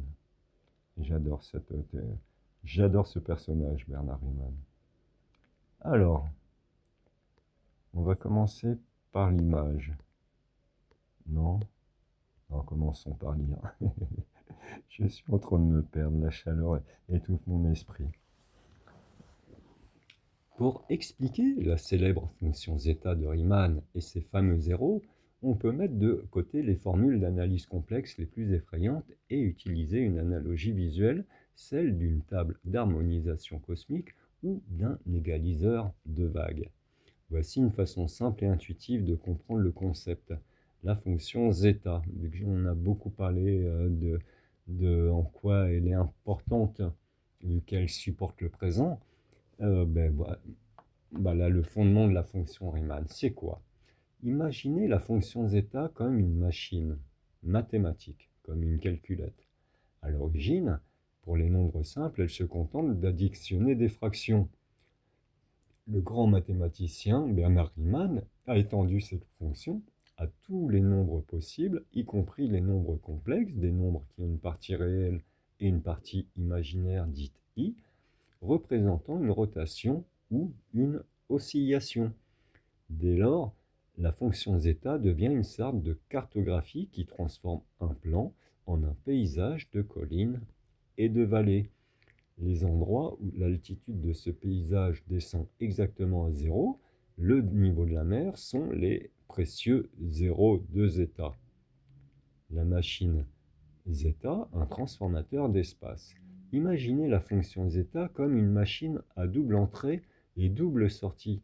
On ne lui donne pas juste un nombre sur une ligne comme 2, 3 ou 4, on lui donne une coordonnée sur un plan géométrique, une carte en 2D. Ce que vous entrez dans la machine, c'est une position x, y pour chaque point que vous choisissez sur votre carte.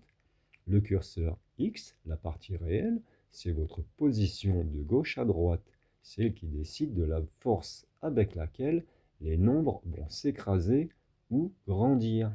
Le curseur y, la partie imaginaire, le fameux i, c'est votre position de bas en haut. Ce curseur introduit une vibration, une rotation, comme si vous demandiez à la machine de faire tourner les nombres à une certaine vitesse, comme une ellipse. Le travail secret de la machine, le grand pliage, quand vous glissez cette coordonnée xy dans la fonction zeta, elle prend la grille droite et ordonnée de votre carte de départ, et elle lui fait subir une transformation géométrique incroyable. Elle la tord, la courbe et la replie sur elle-même comme un origami géant. Chaque point de départ xy est projeté à un tout nouvel endroit sur une autre carte d'arrivée. Ce que la machine renvoie, une altitude et une direction, le résultat que la machine vous renvoie, c'est la nouvelle position du point après ce grand pliage.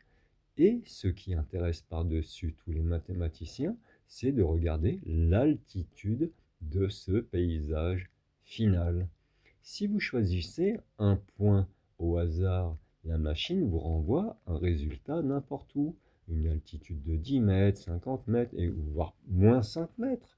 Mais si vous choisissez précisément un point comme 0,5 plus 14,13 i, le pliage est si parfait que ce point précis vient d'atterrir exactement au centre de la cible, là où l'altitude est de 0, pile 0 mètre. La feuille s'est repliée de telle manière que ce point touche le sol. C'est pourquoi le 0,5... Pardon. Hein, j'ai la pépie, ça me fait tousser, c'est bizarre. Arrêtons de se plaindre et continuons la science. Pourquoi le 0,5 ou un demi est la clé du mystère? Le cœur du développement est là. Si vous fixez votre curseur X sur 0,5 et que vous faites uniquement varier le curseur vertical Y, vous montez en ligne droite. La machine zeta transforme une simple ligne droite en une spirale infinie qui passe et repasse par le centre exact, l'altitude 0, à des moments très précis. C'est comme si la ligne x égale 1,5 était la seule colonne vertébrale capable de maintenir l'équilibre parfait du pliage, là où toutes les forces d'oscillation s'annulent pour créer un 0. Si vous bougez la curseur x à 0,4 ou 0,6, la spirale se décale et rate le centre.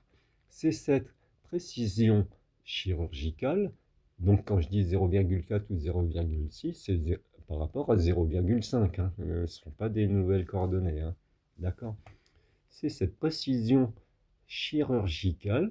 D'ailleurs, on peut revenir à 0,4 ou 0,6 par rapport à 0,5. Vous voyez les vibrisses d'un chat, ses moustaches. C'est un peu comme si 0,4 et 0,6 étaient les vibrisses du 0,5, comme s'il y avait une interconnexion aussi entre le centre et ses frontières.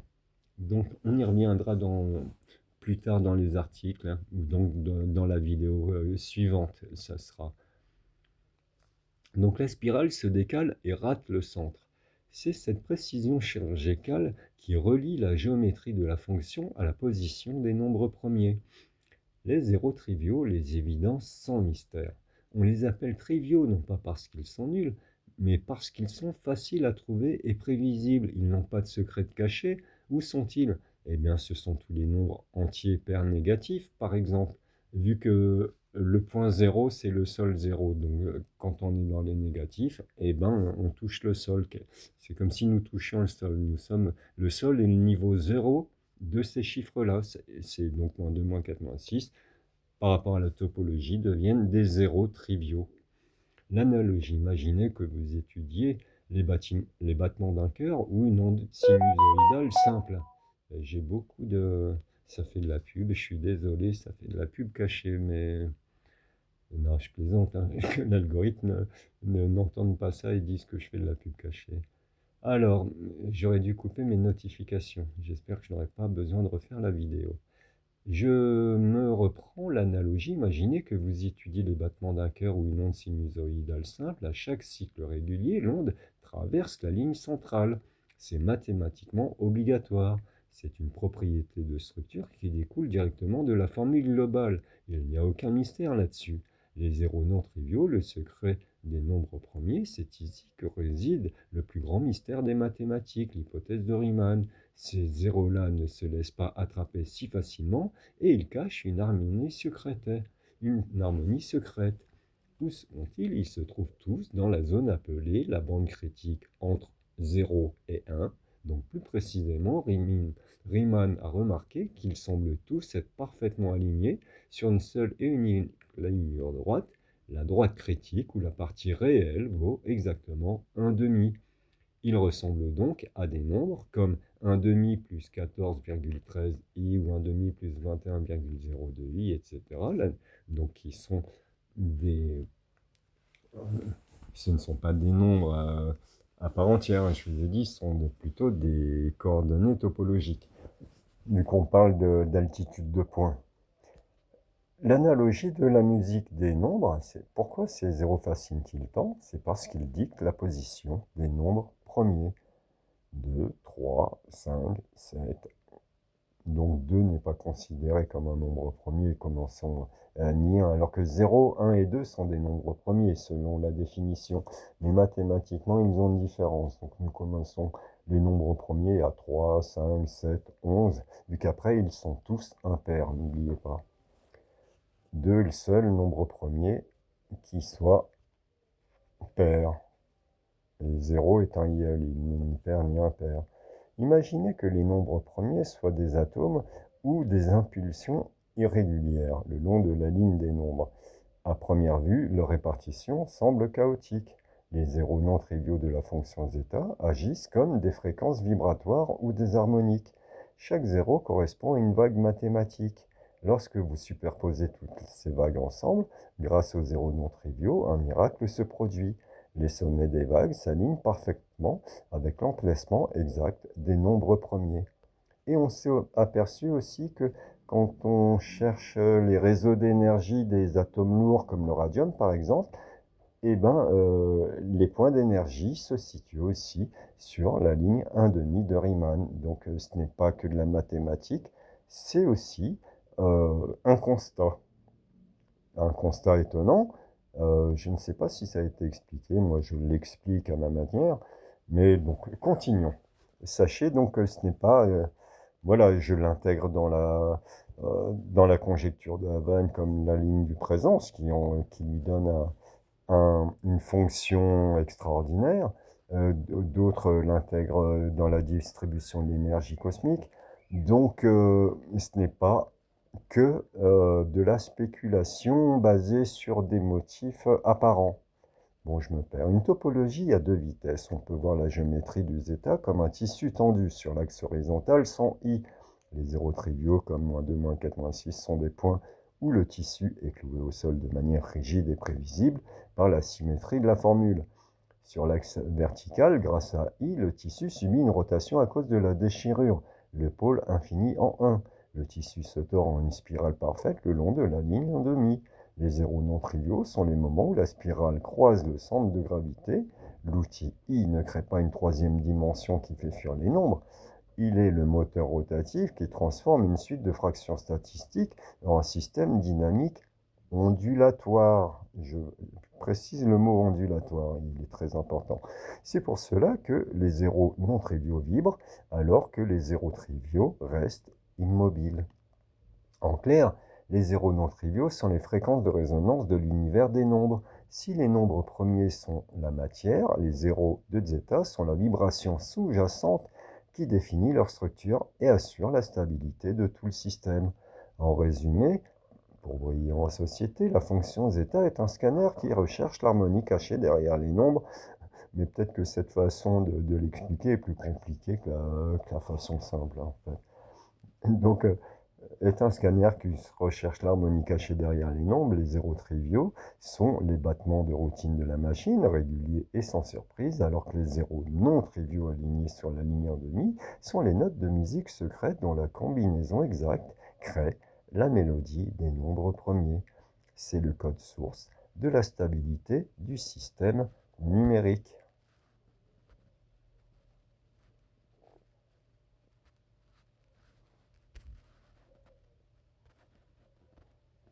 Où en sommes-nous? Mais c'était presque uniquement consacré à Riemann. Mais si vous ne comprenez pas la fonction zeta, c'est dur de comprendre son application. Alors, où suis-je? Voilà. Pourquoi je me retrouve? J'ai dû faire un truc bizarre. Ah, voilà mon... Où sommes-nous? Professeur Bernard Fang, un très grand astrophysicien. Donc ça, c'est important aussi.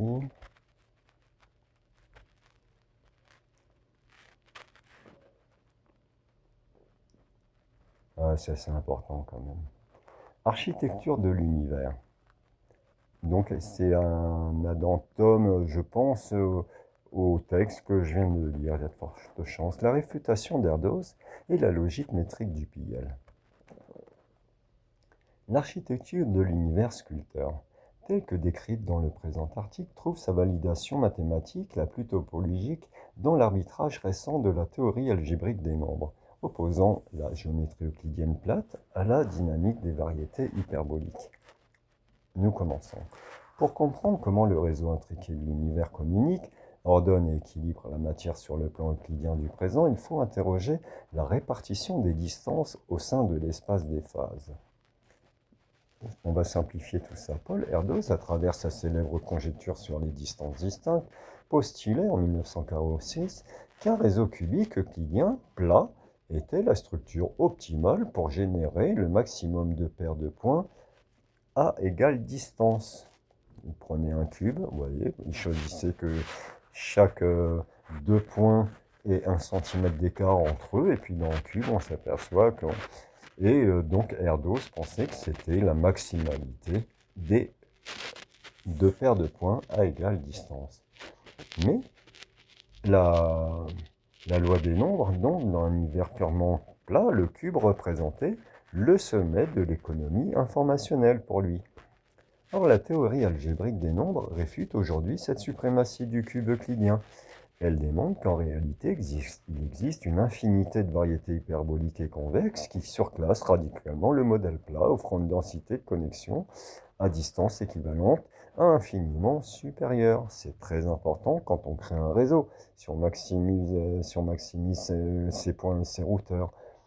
Donc voilà, cette avancée majeure légitime et verrouille la scission géométrique fondamentale de notre... Et cela explique pourquoi l'univers a besoin d'une double géométrie par économie de moyens. Du coup, pour nous, le plat nous suffit, mais pour la gestion de tout ça, il faut un réseau hyperbolique. Voilà pourquoi que la réfutation de la conjecture de Erdős était importante, parce que si on restait bloqué sur Erdős, tout le monde nous répondrait non, non, mais c'est inutile vu que Erdős dit que l'euclidien suffit. Vous me comprenez? D'où l'importance de cette réfutation mathématique, qui n'a pas été faite il y a longtemps, hein, donc je pense dans les années 80, hein, donc l'erreur est restée constante et a empêché la physique d'avancer. surtout la physique théorique, si on se trompe de géométrie pour présenter un système, et ben le système a du mal à être compris ou à rester cohérent. Donc, le YEL, vecteur logique de charge. Le YEL, circulant sur la ligne de crête du présent euclidien, le plan complexe où l'axe rencontre la droite critique, se retrouve chargé d'une quantité colossale d'informations, ici des choix quantiques accomplis. Dans le cadre strictement euclidien plat, cette charge saturerait instantanément le tissu de l'espace par manque de dispersion et de direction de dispersion. Le PIL hyperbolique, récepteur d'équilibre, c'est ici que les variétés hyperboliques convexes entrent en scène. Le potentiellement manifesté de la surcharge d'information du YEL bascule immédiatement à travers le point de colle de Morse pour être absorbé par le PIL. C'est là que la géométrie de Lobachevsky-Bolai offre un espace d'accueil infini pour un volume confiné, parce que du coup, on peut développer autant de fractales qu'on veut d'un plan hyperbolique, si on y admet du vide par contre. Et ça, j'y viendrai plus tard. Le PIL agit comme un récepteur géométrique parfait. L'infinité de variétés hyperboliques convexes valide la faisabilité de ce réseau intriqué. Elles permettent à l'univers de synchroniser et d'ordonner des milliards de pixels de réalité à distance équivalente sans aucune déperdition ni surchauffe. Et je parle de distance équivalente en cas de nécessité. La réfutation d'Erdős prouve que l'espace plat du présent est incapable de supporter à lui seul la complexité du calcul cosmique. L'univers a structurellement besoin de sa contre-empreinte hyperbolique, le PIL, pour absorber la charge du YEL. Le YEL, je vous rappelle que c'est le temps, et le PIL, c'est l'espace, et maintenir sous la scène du 1 de Galois. Donc le 1 de Galois, c'est l'univers visible, et sous le 1 de Galois, l'équilibre thermique et topologique de l'origami universel. La syntaxe de Morse, le point de colle comme pivot directionnel. La théorie de Morse est effectivement la seule capable de décrire comment l'information change de nature topologiquement sans rupture arbitraire. En mécanique quantique standard, on parle de l'effondrement brutal de la fonction d'onde chez Havann, donc c'est dans notre théorie, cet effondrement devient un franchissement de point critique. Le YEL, le présent euclidien plat, est situé sur la ligne de crête. La selle de cheval, donc le col de Morse, et le point critique exact d'indice de Morse non nul. C'est l'aiguillage topologique, l'endroit où le pliage bascule. L'onde ne disparaît pas, sa trajectoire orthogonale est déviée par la pente du col et s'engouffre dans les flancs hyperboliques du PIL, le PIL étant un mini-trou noir hyperbolique. Et aussi la quantification, donc le quanta d'espace. L'exemple du tore traversant le plan d'eau est une allégorie parfaite pour notre pompon cosmique. Les points critiques de Morse sont les stations de contrôle algébrique qui comptent, trient et segmentent le flux de laser grid. Laser grid, c'est la grille éthérique. Voilà. Donc Einstein a enlevé l'éther, mais parle après d'un espace qui se plie et qui est dur, qui est plus dur que même des milliards de bombes atomiques n'arriveraient pas à casser tellement il est solide. Donc on comprend qu'on ne parle pas de vide. Donc on parle d'un éther, mais une grille d'éther manifestée différemment que l'éther géniteur de lumière. Voilà. Bon, ce sont d'autres théories, je ne vais pas m'y apitoyer. L'éléphant de Landauer, le PIL comme radiateur de l'automate, c'est ici la découverte majeure, le coût thermique de la réalité, n'oublions pas. Rolf Landauer a prouvé que l'effacement d'un bit d'information libère inévitablement une quantité minimale de chaleur, même si c'est de l'information virtuelle. Si l'univers effaçait purement et simplement le potentiel non manifesté, la ligne de présent entrerait en fusion instantanément par saturation thermique des tenseurs. Le PIL n'est donc pas une simple structure géométrique. Quand on parle d'espace, genre une page blanche, c'est une machine, c'est un dissipateur entropique. La géométrie hyperbolique de Lobachevsky-Bolai offre une surface infinie encapsulée dans un volume fini, pensez au disque de Poincaré. En incurvant le plan hors de la droite critique x égale 1,5, le PL agit comme un buvard thermique et il dilate l'espace des phases disponibles pour étaler, refroidir, confiner l'énergie de calcul du présent sous forme de grappe fractale froide sous la scène. Le cône Minkowski-Riemann-Morse, le mouvement perpétuel. Notre nouveau diagramme en 4 paliers redéfinit totalement le dessin de Minkowski en y greffant la fonction zeta.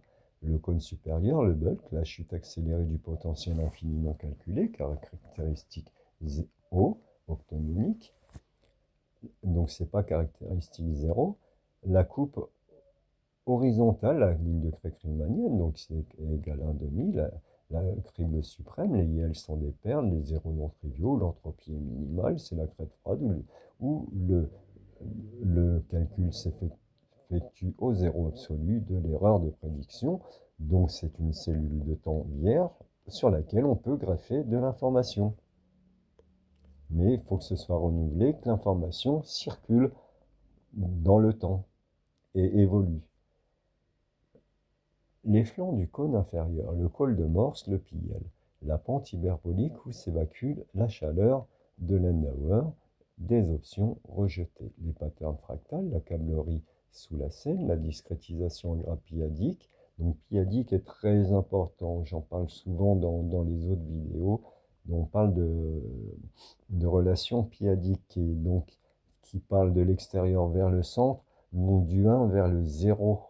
Nous sommes dans des fractions, pas dans des nombres entiers, mais ça peut être opéré comme des nombres entiers à une échelle différente, hein. Donc je me perds pour rien. Le verdict de la chaîne est indéchirable. Nous avons remplacé le hasard quantique par une nécessité thermodynamique et topologique. C'est déjà une grosse avancée, je dirais, théorique, hein. L'univers, quand même, l'univers se plie parce qu'il doit évacuer la chaleur de ses propres calculs, comme un ordinateur, c'est aussi simple. L'alignement des zéros sur l'axe 1,5 est la seule position d'équilibre thermique qui empêche l'ordinateur cosmique de brûler. Et donc ça ressemble à ça si on prend le Minkowski-Einstein en ajoutant donc les fractales, le futur et la ligne riemannienne, hein. Bon, je n'arrive plus à la voir. Qu'est-ce que j'ai fait? La câblerie p-adique dont je vous parlais.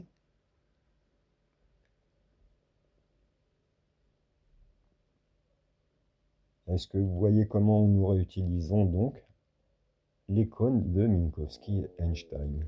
Nous les complétons. J'aurais dû couper toutes ces... Bon, j'en ai eu moins que d'habitude, je vous le savez. Allez, est-ce que nous continuons? Quoi qu'il en soit, je suis sûr qu'à 1h47 de vidéo, on est obligé d'y voir à plus froid. Bon, je vais arrêter là pour aujourd'hui. Et nous lirons tout cela un peu plus tard, mais regardez comme ça. Oh là. J'ai envie de lire celui-là quand même. Il est tellement connexe.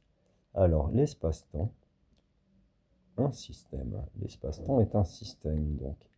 Après avoir reconnu l'importance de Riemann pour comprendre le présent, Levin pour profiler la matière, Minkowski-Einstein pour la double géométrie, la quantification IL et PL du temps et de l'espace, mettons maintenant en connexion les diagrammes de Penrose, bien sûr, pour mieux visualiser et comprendre ce qu'est un système optimal.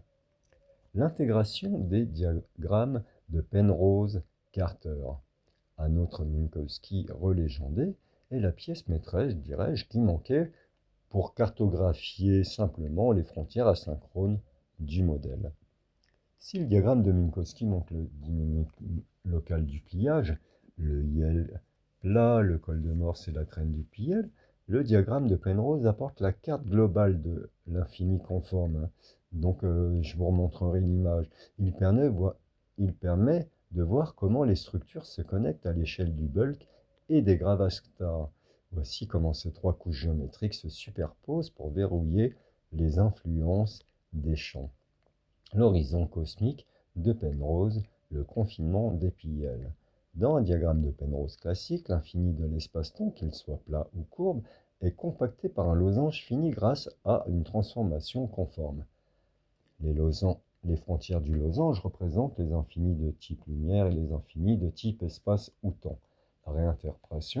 La réinterprétation, conjecture de Havane, donc, les PIL définis comme des mini-trous noirs hyperboliques sous la scène cessent d'être de simples creux locaux. Sur le diagramme de Penrose, un trou noir découpe le losange et crée un nouvel horizon de singularité physique. Le PIL hyperbolique courbe les lignes de flux du passé de telle sorte que l'infini spatial I de O est littéralement aspiré vers l'intérieur. C'est la structure géométrique exacte du buvard. Elle force les trajectoires de l'information non choisie à converger vers l'horizon hyperbolique du mini-trou noir, là où s'opère le refroidissement de Landauer. La superposition des trois couches géométriques. Pour dessiner l'influence des champs X, Levin, Galois, il faut superposer le plan de Riemann, le cône de Minkowski et le losange de Penrose, ce qui nous donne un schéma comme celui-ci, le Bell-Compton ionique, qui donne le présent, les champs, l'information traverse les champs pour se compacter et devenir... Bon, je vous laisserai regarder ça. L'influence des champs sous la géométrie de Penrose. Le comportement du nageur Westmiller prend une rigueur mathématique absolue lorsqu'on cartographie les forces en présence. Le champ de Galois, l'arithmétique source, il régit le sommet du diagramme, l'infini temporel passé I du bulk, c'est de là que partent les pulsations numériques. Le champ de X, la viscosité, il agit comme un filtre de phase horizontale juste au-dessus de la ligne critique x égale 1,5, c'est la couche de transition conforme où les lignes de lumière, vitesse octonionique absolue, se courbent et se redressent pour adopter des trajectoires de type temps, vitesse obligatoire inférieure à c. Le nageur entre dans l'eau à cet instant précis. Le champ de Levin, le guide morphogénique, c'est lui qui dessine les lignes de coordonnées intérieures du cône inférieur. Le champ de Levin oriente la pente de la selle de cheval de Morse. Il dicte au PIL comment se positionner pour que le réseau hyperbolique convexe, réfutation d'Erdos, distribue les distances de manière à former les structures du vivant. La vision globale, en superposant Penrose et Minkowski, on comprend que notre univers ne fuit pas. Les lignes d'information entrent par le cône supérieur, se matérialisent en masse par friction Higgs sur le plan euclidien, Yale-Riemann, puis les options excédentaires sont compactées de manière conforme, Penrose, dans les horizons hyperboliques des mini-trous noirs, PIL, pourrait être recyclé. Le diagramme de Penrose et le plan de câblage externe de l'ordinateur Minkowski, et Minkowski en est l'unité centrale. Riemann en est le processus thermique et tout s'emboîte à la perfection. Donc, nous retrouvons, ça c'est Penrose. Là sont les interactions.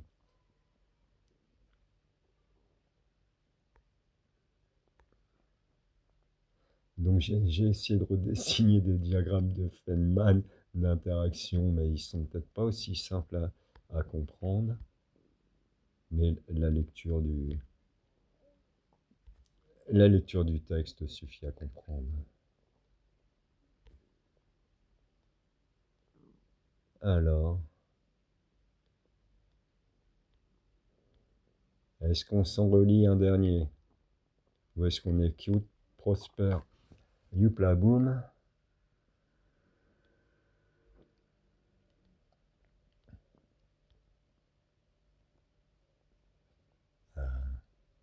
Et donc là, après, on arrive sur l'explication de la conscience et de la conscience cosmique à travers les mêmes systèmes, Levin, Planck et Higgs. Alors je crois que ça en fera une deuxième vidéo. Allez, j'ai la pépille, comme je le dis depuis tout à l'heure. Donc ça vous donnera envie, j'espère, de venir lire notre prochaine vidéo.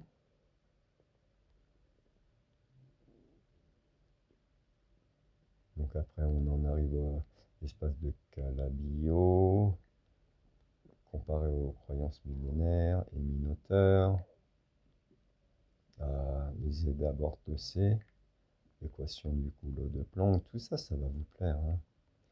Après, on en arrive à As42857, je ne sais pas si vous connaissez ce nombre. 142, 857. Et tout part de là. Et après, c'est très intéressant. On s'est aperçu que la physique quantique n'a rien inventé. Elle n'a fait que redécouvrir les lois de la grammaire et de l'information. Ça va vous plaire. Ça explique la physique quantique à travers les règles de grammaire. C'est-à-dire que tout était déjà là. On aurait pu inventer la physique quantique en regardant seulement la structure de la grammaire. Donc tous ces textes-là vont beaucoup vous plaire. Et c'est tellement... Je l'ai même traduit en anglais. Et ça fait quand même un cours de français égal un cours de physique. Ça tient pas mal d'articles, hein. Après, tout est fractal. Ah, une nouvelle invention, là, tout ça, ça va être génial à lire. Et ce sera notre prochaine vidéo, superposition quantique ou anamorphose quantique. Et là, on part dans la preuve que le multivers n'existe pas et que le chat de Schrödinger n'est qu'une fumisterie. Tout ça, ça va vous plaire, vous voyez. Fini le chat de Schrödinger et c'est expliqué avec une simplicité qui vous désarmera. Donc voilà ma théorie avant Lévin, mais c'est pour vous expliquer ma façon de penser. L'angle d'or de Fibonacci. Est-ce que c'est la suite? Oui, c'est la suite. Donc, vous saurez tout ça à notre prochaine, vidéo. Donc, revenons là. C'est une autre facette de ce que je fais. Voilà, c'est Jean-Marie Havane en train de peindre.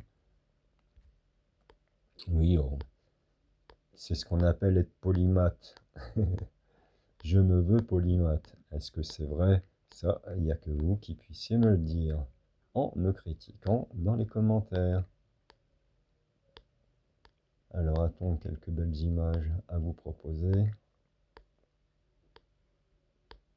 Apparemment, non, il n'y a que du texte. Alors, plan général de la morphose, la mécanique de l'iceberg, avec Gauss et Heisenberg. Oui, c'est bien Heisenberg.